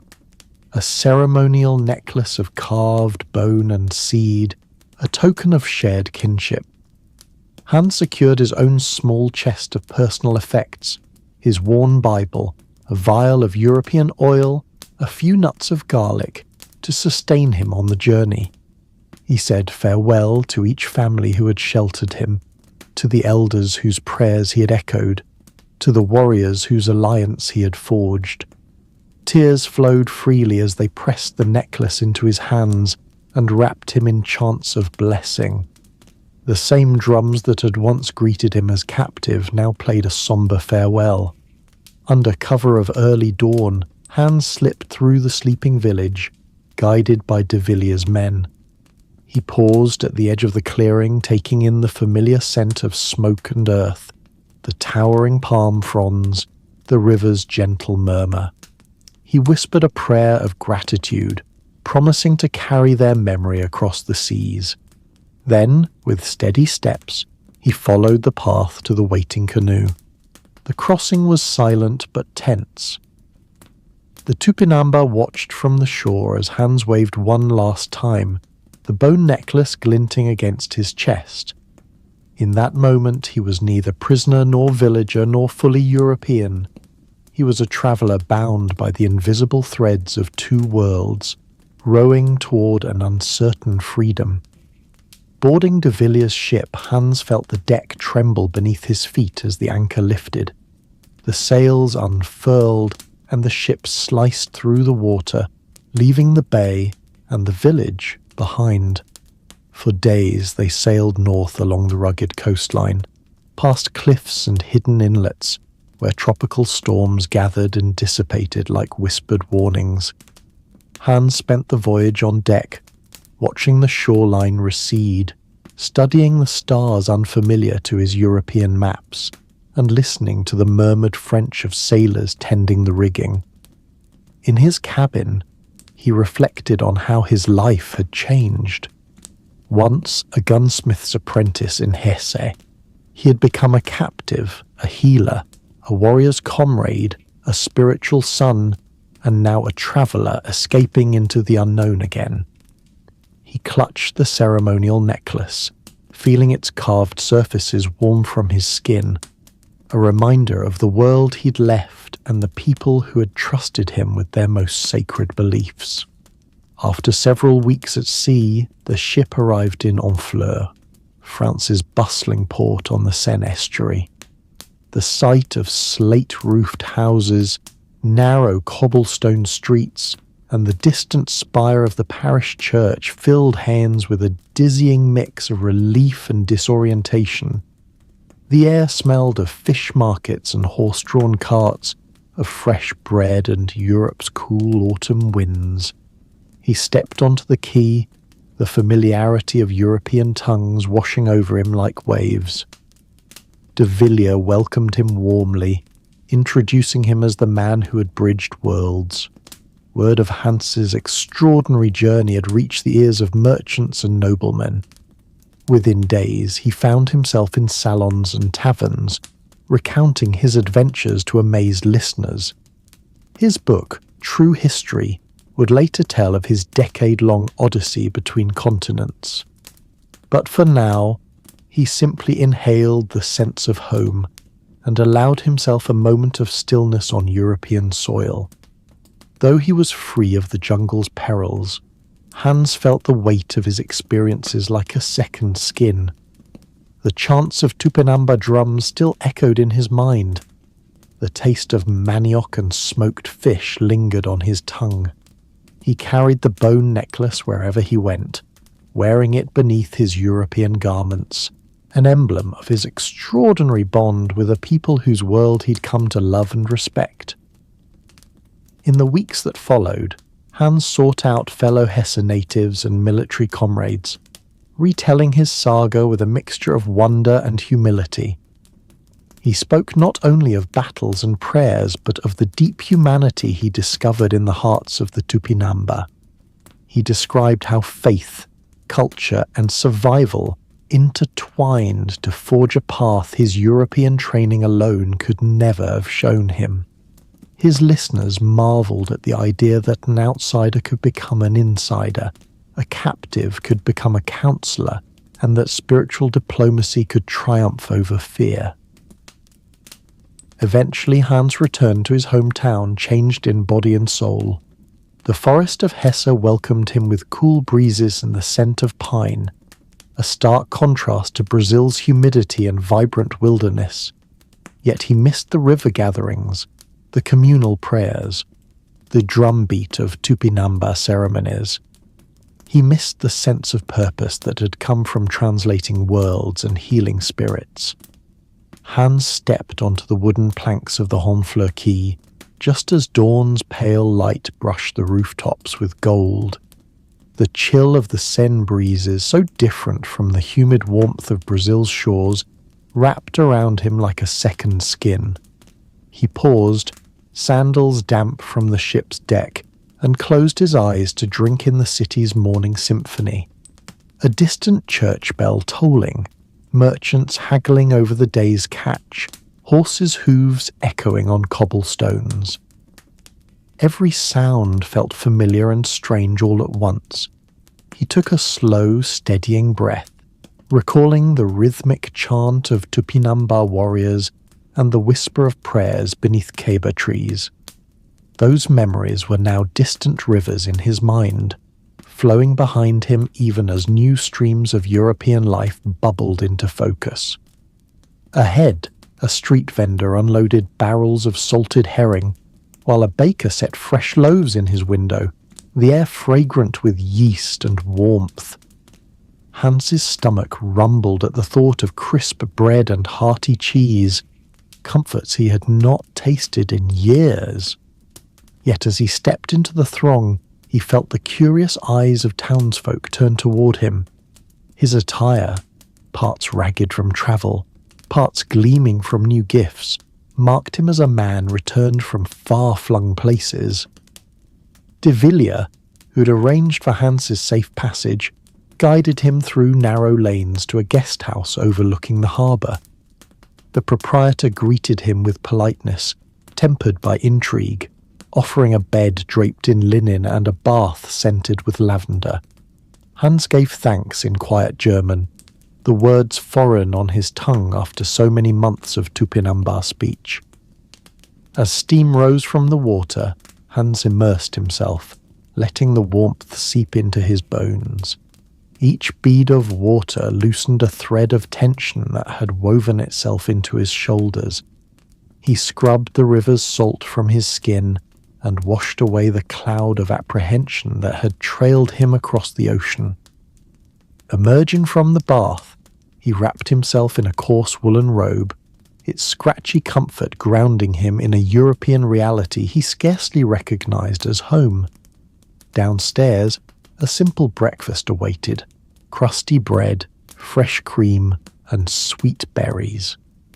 He ate slowly, savoring each bite as if rediscovering a lost language of flavor. Over cups of steaming brew, blended with herbs from the mainland, he contemplated his journey from captive to counselor to returning traveler. The tapestry of his memories felt frayed at the edges, but each stitch held a vivid scene. The flicker of torchlight in Brazil, the hush of forest prayers, the drumbeat of war, the council fireside's glow. By mid-morning, de Villiers had arranged for Hans to meet the local magistrate, a kindly man with a trimmed beard and gentle eyes who was eager to hear first-hand accounts of the new world.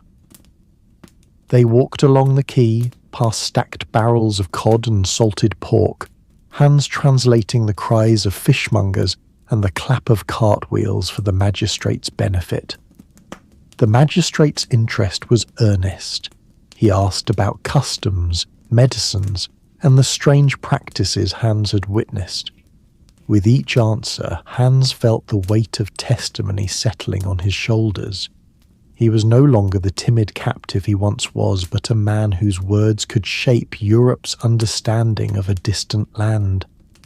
As afternoon shadows lengthened, Hans visited the church of St. Catherine, its wooden beams and vaulted ceiling a testament to human craftsmanship. He knelt in a pew, feeling the cool stone beneath his knees, and offered a silent prayer of gratitude for freedom, for safe passage, for the spirits that had guided him both in Europe and in Brazil. He watched as light filtered through stained glass, painting the floor in hues of red and blue, and allowed himself a rare moment of stillness. Later, Hans strolled through the shipyards, where new vessels took shape under the hands of master carpenters. He ran his fingers over polished timber, remembering the creak of canoe hulls on Brazilian river banks. The smell of pitch and fresh sawdust brought tears to his eyes, tears not of sorrow, but of profound recognition that life's currents had carried him through unimaginable trials to this place of renewal. Word of his return reached merchants and sailors, and soon Hans found himself the centre of small gatherings, a storyteller whose tales of the Tupinambé and their rituals sparked both wonder and skepticism. He spoke plainly of transformation and trust, of the delicate art of spiritual diplomacy, and of a village that had once marked him for sacrifice now honouring him as kin. Listeners leaned forward, amazed that a mere traveller could bridge such distant worlds. That evening, as twilight settled over Honfleur, Hans climbed a lane toward a high overlook of the harbour. Below, lamps glowed like fireflies on water. He stood apart from the crowds, the bone necklace carved with Tupinamba symbols resting beneath his shirt, its presence a warm reminder of a family he could no longer see, but would never truly leave behind. In that hushed moment, Hans Staden allowed the fullness of his journey to wash over him. The terror and the healing, the captivity and the counsel, the prayers that saved him and the battles he had witnessed. He felt both the weight of memory and the lightness of hope. Europe was familiar soil, but his heart carried the forest's pulse, the river's whisper, and the drumbeat of a people who had taught him that survival is found not only in arms, but in empathy and faith. He drew a slow breath of the salty evening air, looked out at the ships bound for distant horizons, and smiled. His path to freedom had ended here, but within him, a new journey was just beginning. A life enriched by the wisdom of two worlds, and the enduring truth that understanding can flourish even in the most unlikely of places. In his later years, Hans published his narrative, hoping to preserve the memory of the people who had shaped him. He dedicated his work to those who had shown him mercy and friendship across barriers of language and belief. He wrote not as a conqueror or colonizer, but as a survivor and an ambassador of human connection. His path to freedom was not merely an escape from captivity. It was a journey into the heart of what it means to belong. In the pages of his tale, he offered a lesson for generations to come, that the most profound bonds often arise in the crucible of shared humanity, and that trust, once earned, can transcend all boundaries.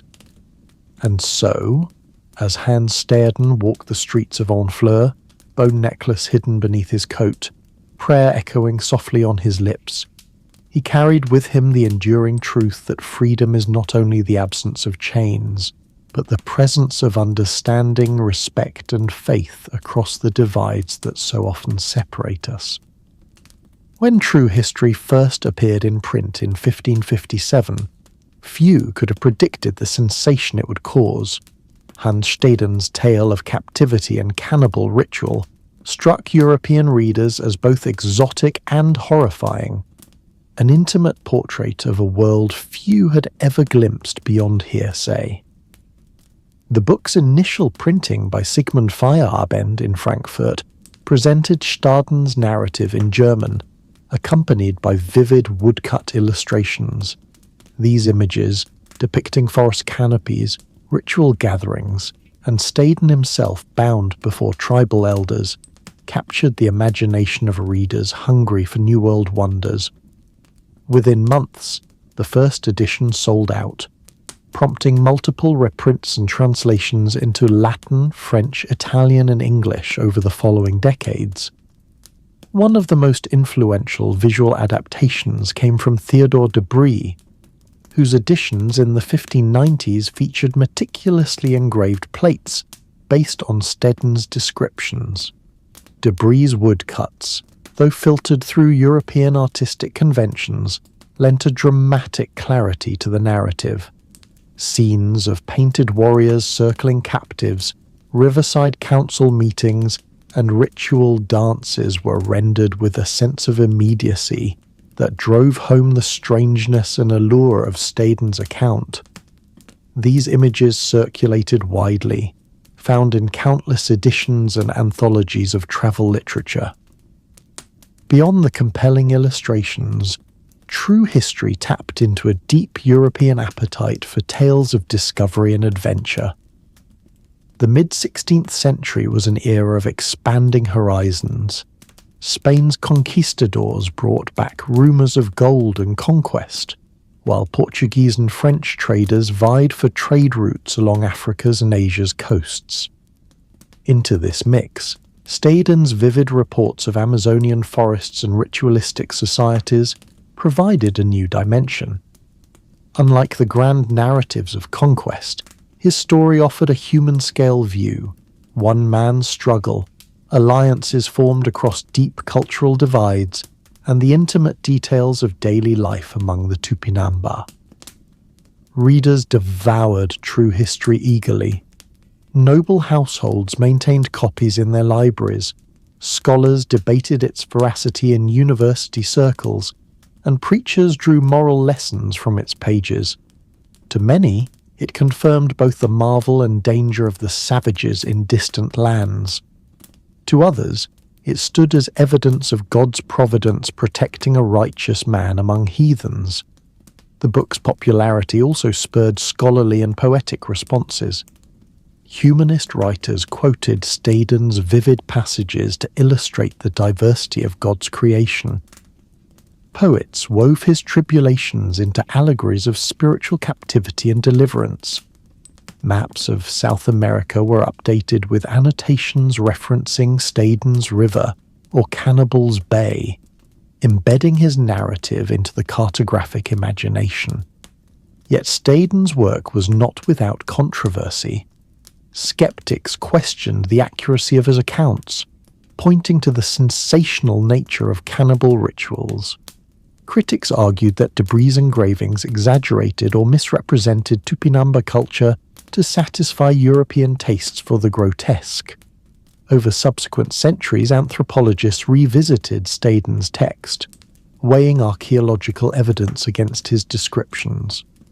While some elements, such as ritualistic cannibalism, found support in the ethnographic and archaeological research, other details were cast into doubt as misunderstandings or embellishments. Despite debates over its reliability, true history secured its place as a cornerstone of New World literature. It bridged the gap between scholarly reports and popular storytelling, influencing later explorers and writers such as Jean de Lery and Garcilaso de la Vega.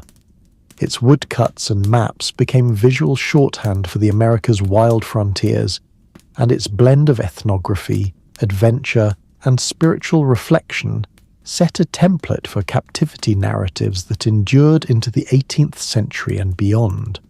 In the grand sweep of European expansion, Hans Staden's account provided a rare window into indigenous life, warts and all, at a moment when empathy and misunderstanding often walked hand in hand. His transformation from captive to tribal advisor lent credibility to his narrative, helping it withstand criticisms that might have dismissed him as a mere sensationalist. Instead, scholars recognized in his story a genuine cross-cultural encounter, one that testified to the complexity of human societies on both sides of the Atlantic. By the turn of the 17th century, true history had become a staple in European libraries and an essential text for anyone seeking to understand the Americas. Its legacy endures, not only as a gripping tale of survival, but as a document of extraordinary cultural exchange, where language, faith, and diplomacy shaped one man's fate and, through his pen, informed the European imagination for generations to come.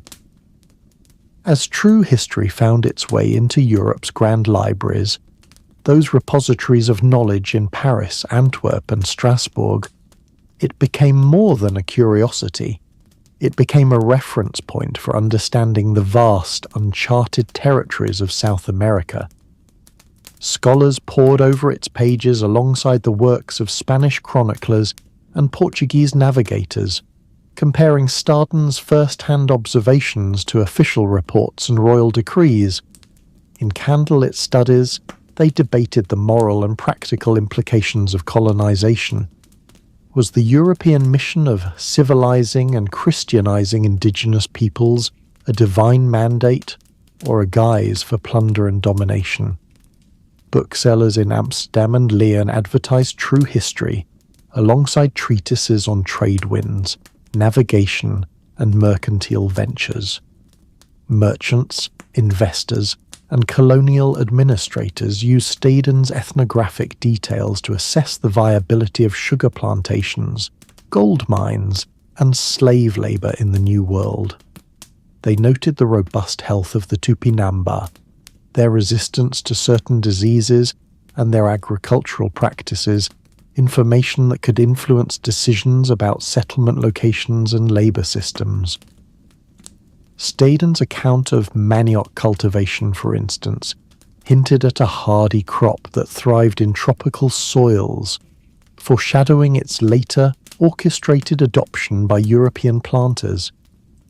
Within university circles, humanists and theologians examined Staden's portrayal of indigenous spirituality. Was it naive animism or a profound recognition of forces Europeans had long neglected?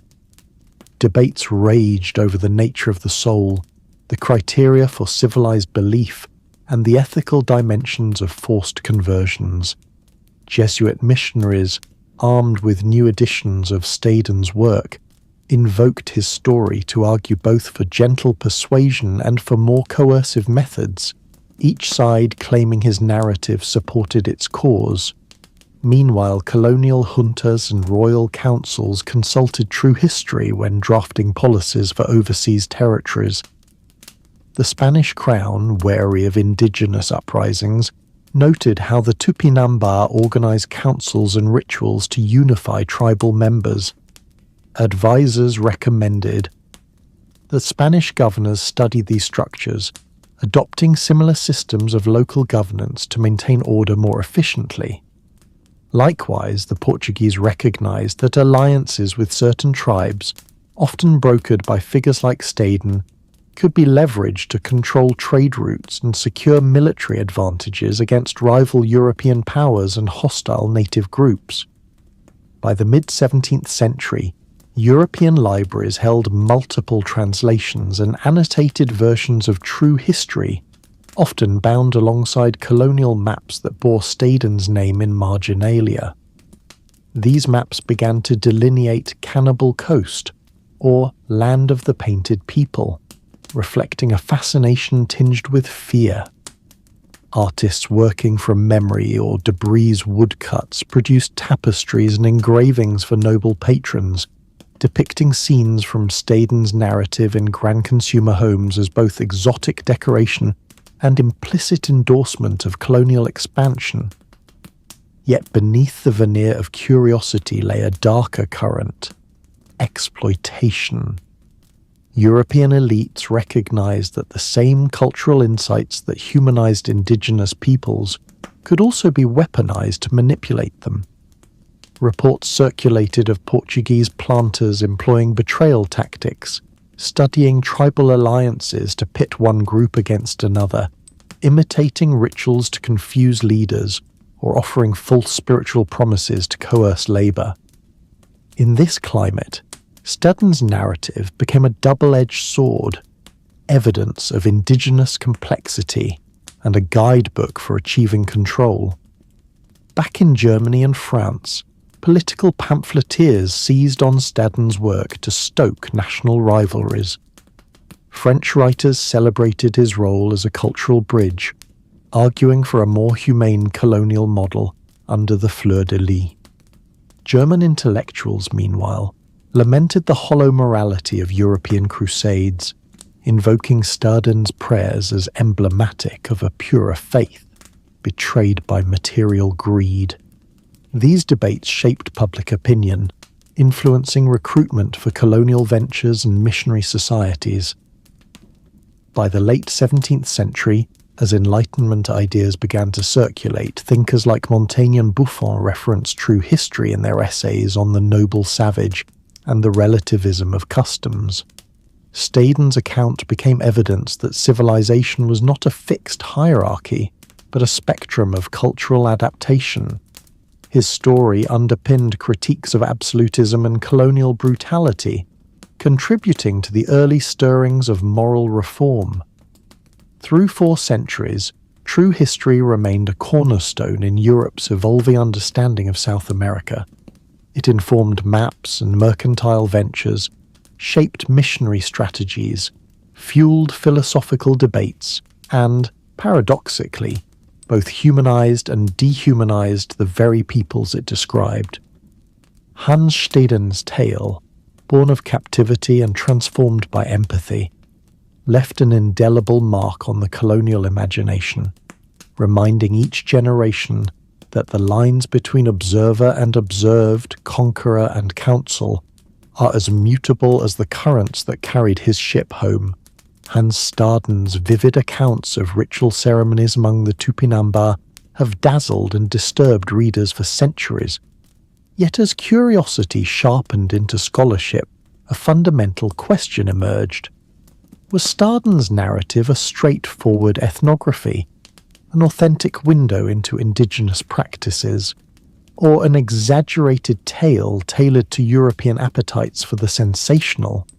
In the late 20th century, the anthropologist William Ahrens ignited this debate with his provocative thesis that accounts of ritual ceremonies in the Americas, and indeed the world, rested on misinterpretation, rumor, or outright invention.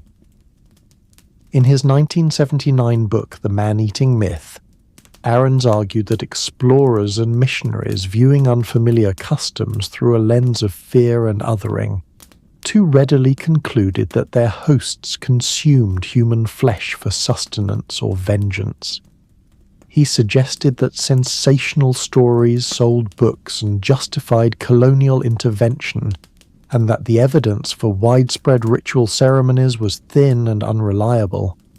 Ahrens contended that Staden, like other early chroniclers, relied on second-hand tales or misunderstood ritual symbolism, and that the graphic details of feasts could well be the products of cultural bias. To him, the notion of the savage eating human flesh was a rhetorical tool, an exaggeration that buttressed European claims of moral and civilizational superiority. In Ahrens's view, only isolated incidents, if any, might bear out real ritual ceremonies, but the sweeping portrayals in Captivity narratives were largely mythical. Not everyone agreed. Scholars such as Donald Forsyth and Neil L. Whitehead re-evaluated the available evidence, arguing that Staden's account, while coloured by his own perceptions, contained kernels of truth supported by archaeological and ethnographic data. Excavations at Tupinamba sites have uncovered deep pits containing burned human bones, alongside pottery shards and ritual objects, consistent with ceremonial feasting rather than opportunistic starvation. Chemical analysis of bone fragments from some sites reveals cut marks and fracture patterns indicative of deliberate butchery, suggesting a ritual context rather than mere scavenging. Furthermore, the intricate ceremonial protocols Staden described, such as the parading of captives, the sequence of bone cleaning and cooking, the controlled sharing of flesh among clans, align with other indigenous cultures' symbolic practices around death and renewal. These parallels bolster the argument that ritual ceremonies, far from mere subsistence or illusion, was a culturally sanctioned ceremony of profound spiritual import. Forsyth and Whitehead maintain that Ahrens's blanket skepticism disregards the nuanced social meanings that may underlie such rituals and risks erasing the agency and worldview of indigenous peoples. Adding to the complexity, historians have pointed out that later European commentators sometimes conflated or embellished native customs to suit political ends. The Portuguese crown, for instance, occasionally highlighted sensational reports of cannibal tribes to justify harsher colonial policies or missionary zeal. In this climate, even truthful accounts could be skewed. Editors might emphasize certain passages, woodcut illustrators might exaggerate scenes, and translators might insert dramatic flourishes to captivate readers. Thus, separating Staden's own observations from the layers of retelling becomes a delicate scholarly task. Yet the archaeological record lends credence to parts of his story.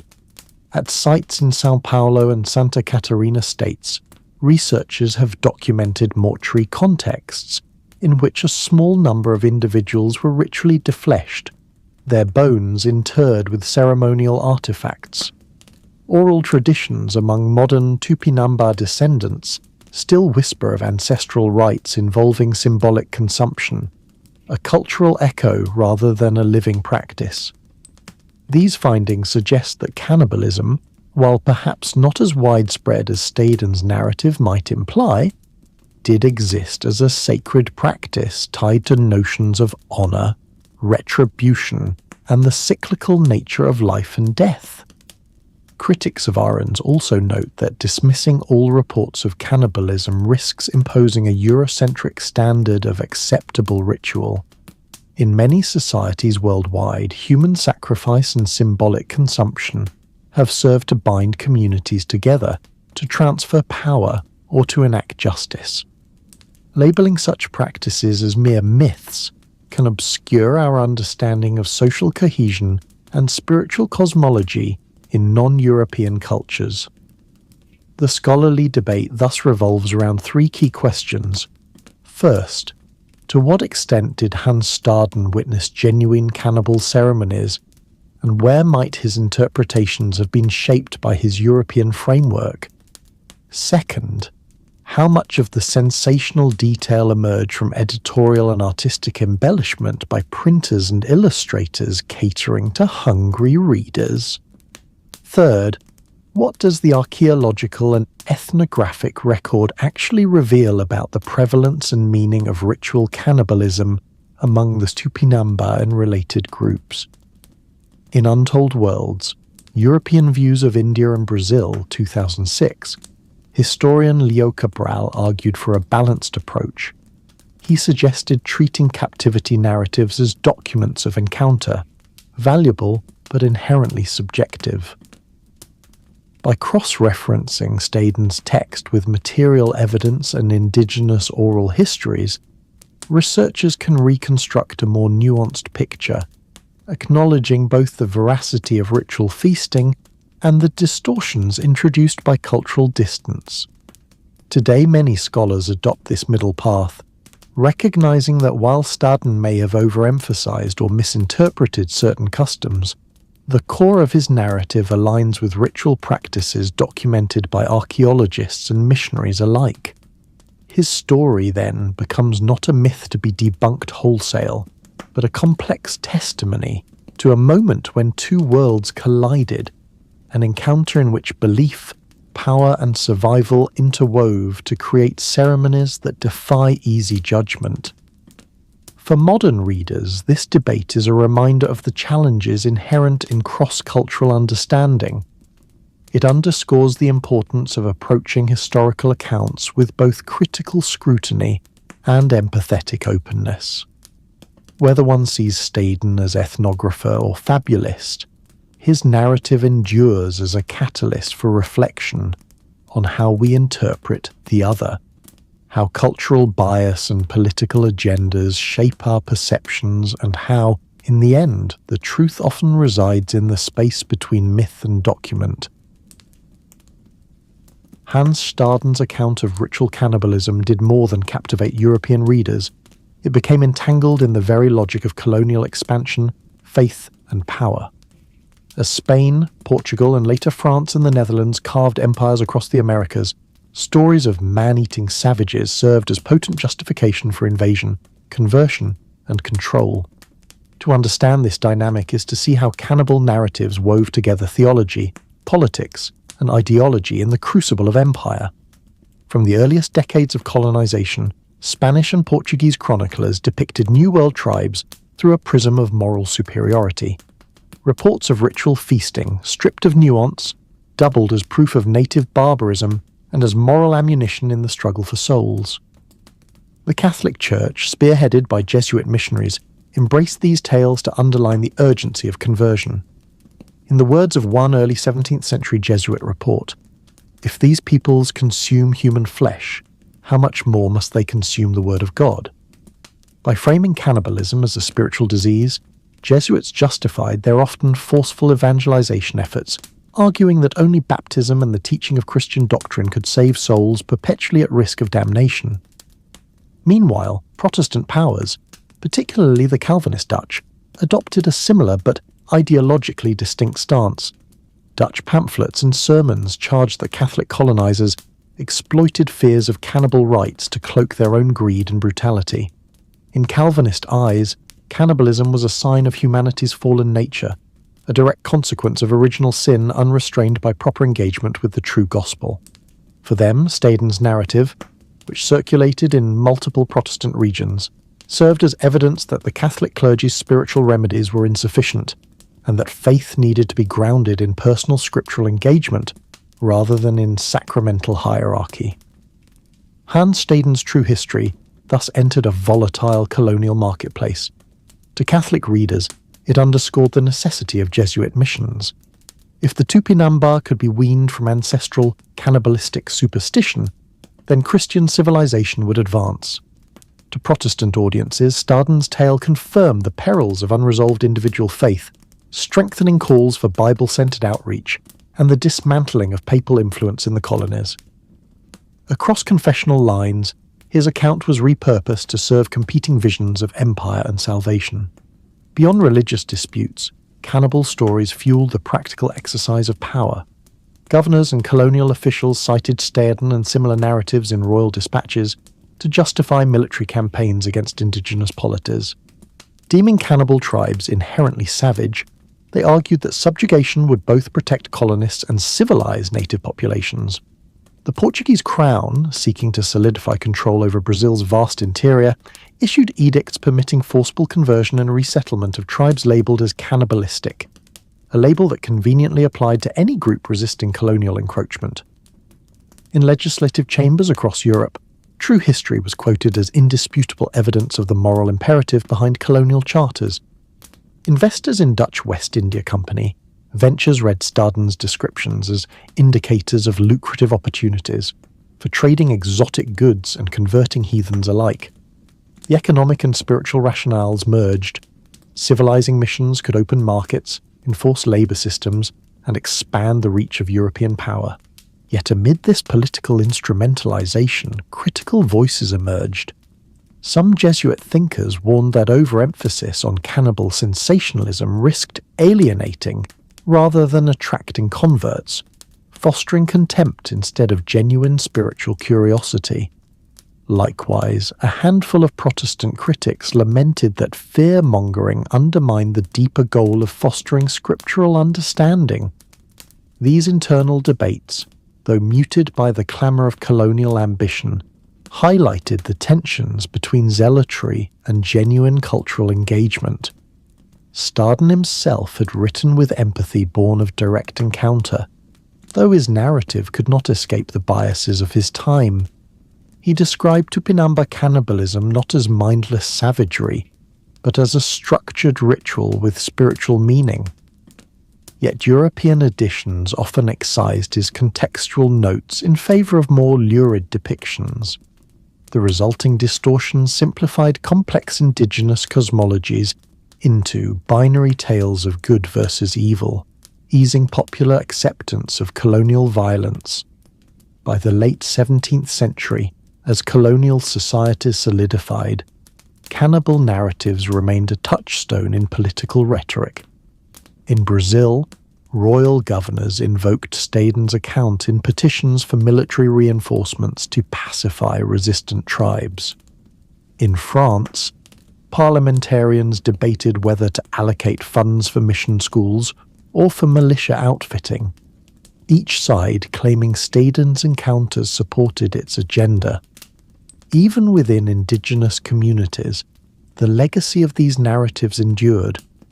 Tribes branded as cannibals faced stigmatization that persisted into the 19th century, complicating efforts to preserve ancestral traditions. Today, historians view this conflation of cannibal tales with spiritual conquest as a cautionary example of how cultural narratives can be weaponized. Staden's true history, once a personal testimony, became a battleground where empire, faith, and propaganda intertwined. Modern scholarship, grounded in archaeology, indigenous oral histories, and critical textual analysis, seeks to disentangle the layers of bias and power from the core of Staden's experience. This work reclaims his narrative not as a colonial tool, but as a testament to the complexities of human encounter. This all invites reflection on how stories, especially those of the other, can shape political power and faith.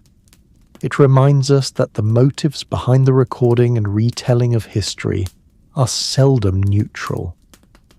In the interplay of cannibal stories, colonial policies, and competing confessions, we see the enduring struggle to define who holds spiritual authority and who wields worldly power. Staden's journey, situated within these currents, offers a potent example of how one man's tale can ripple through the politics, faith, and moral debates of an age driven by conquest, and how, even today, we must read the past with both curiosity and critical awareness. Hans Staden's journey did not end with his final penstroke or the closing of his captivity narrative. It continued to echo through centuries of literature, scholarship, and art. His true history became a touchstone for explorers, writers, an anthropologist eager to understand how one man could bridge two vastly different worlds. In doing so, he left an enduring legacy, one that speaks to the universal challenges of survival, identity, and cultural encounter. By the 18th century, Staden's narrative had taken its place in anthologies, alongside works by Jean Deléry and Alvar Núñez Cabeza de Vaca. Poets borrowed his vivid imagery to contrast European civility with so-called savage customs, while philosophers cited his experience to debate human nature and the boundary between civilization and barbarism. In university halls, students of anthropology and history pored over his descriptions of Tupinamba rituals, tracing the contours of belief systems that defied easy categorization. In Brazil itself, Staden's name resurfaced at pivotal moments of national self-definition. When 19th century Brazilian intellectuals sought to reclaim indigenous heritage from colonial caricature, they revisited his accounts, this time not as proof of barbarism, but as early ethnographic records that preserve details of Tupi-Guarani culture lost to time.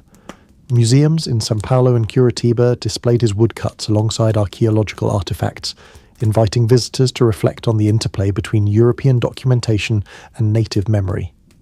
Modern scholars at the University of Illinois' World History Connected project have emphasized Staden's role in shaping both Brazilian and global historiography. His narrative stands among the earliest texts to blend personal memoir with cultural observation, laying groundwork for ethnography as an academic discipline. Researchers note that despite the biases inherent in his perspective, Staden's careful attention to ritual detail offers invaluable insights into pre-colonial spiritual life and social structure. In contemporary Brazil, Staden has inspired artists and storytellers to reimagine his ordeal through various media. Graphic novels, such as Carla Campos's Echoes in the Forest, juxtapose his voice with indigenous perspectives, using modern illustration styles to explore themes of captivity and alliance. Filmmakers have dramatized his account in documentaries like Echoes of a German Prisoner, 2010, which blends archival research with interviews of Tupinamba descendants, underscoring the enduring bonds he formed. Theatre companies too have staged performances that interweave Staden's diary entries with Tupi-Guarani song and dance. In one acclaimed production, Xerera's Song, the audience moves through a forest-like stage set as actors embody both hands and tribal elders, inviting spectators to navigate the refugees' path of fear, faith, and eventual acceptance. This immersive approach highlights the emotional landscape of cross-cultural encounter, reminding viewers that survival often depends on empathy as much as on strategy. Why does Hans Staden's story continue to fascinate? Perhaps it is because it encapsulates a timeless paradox, the tension between difference and unity. Here was a man who crossed oceans, endured capture, witnessed rights beyond his comprehension, and yet found a way to belong.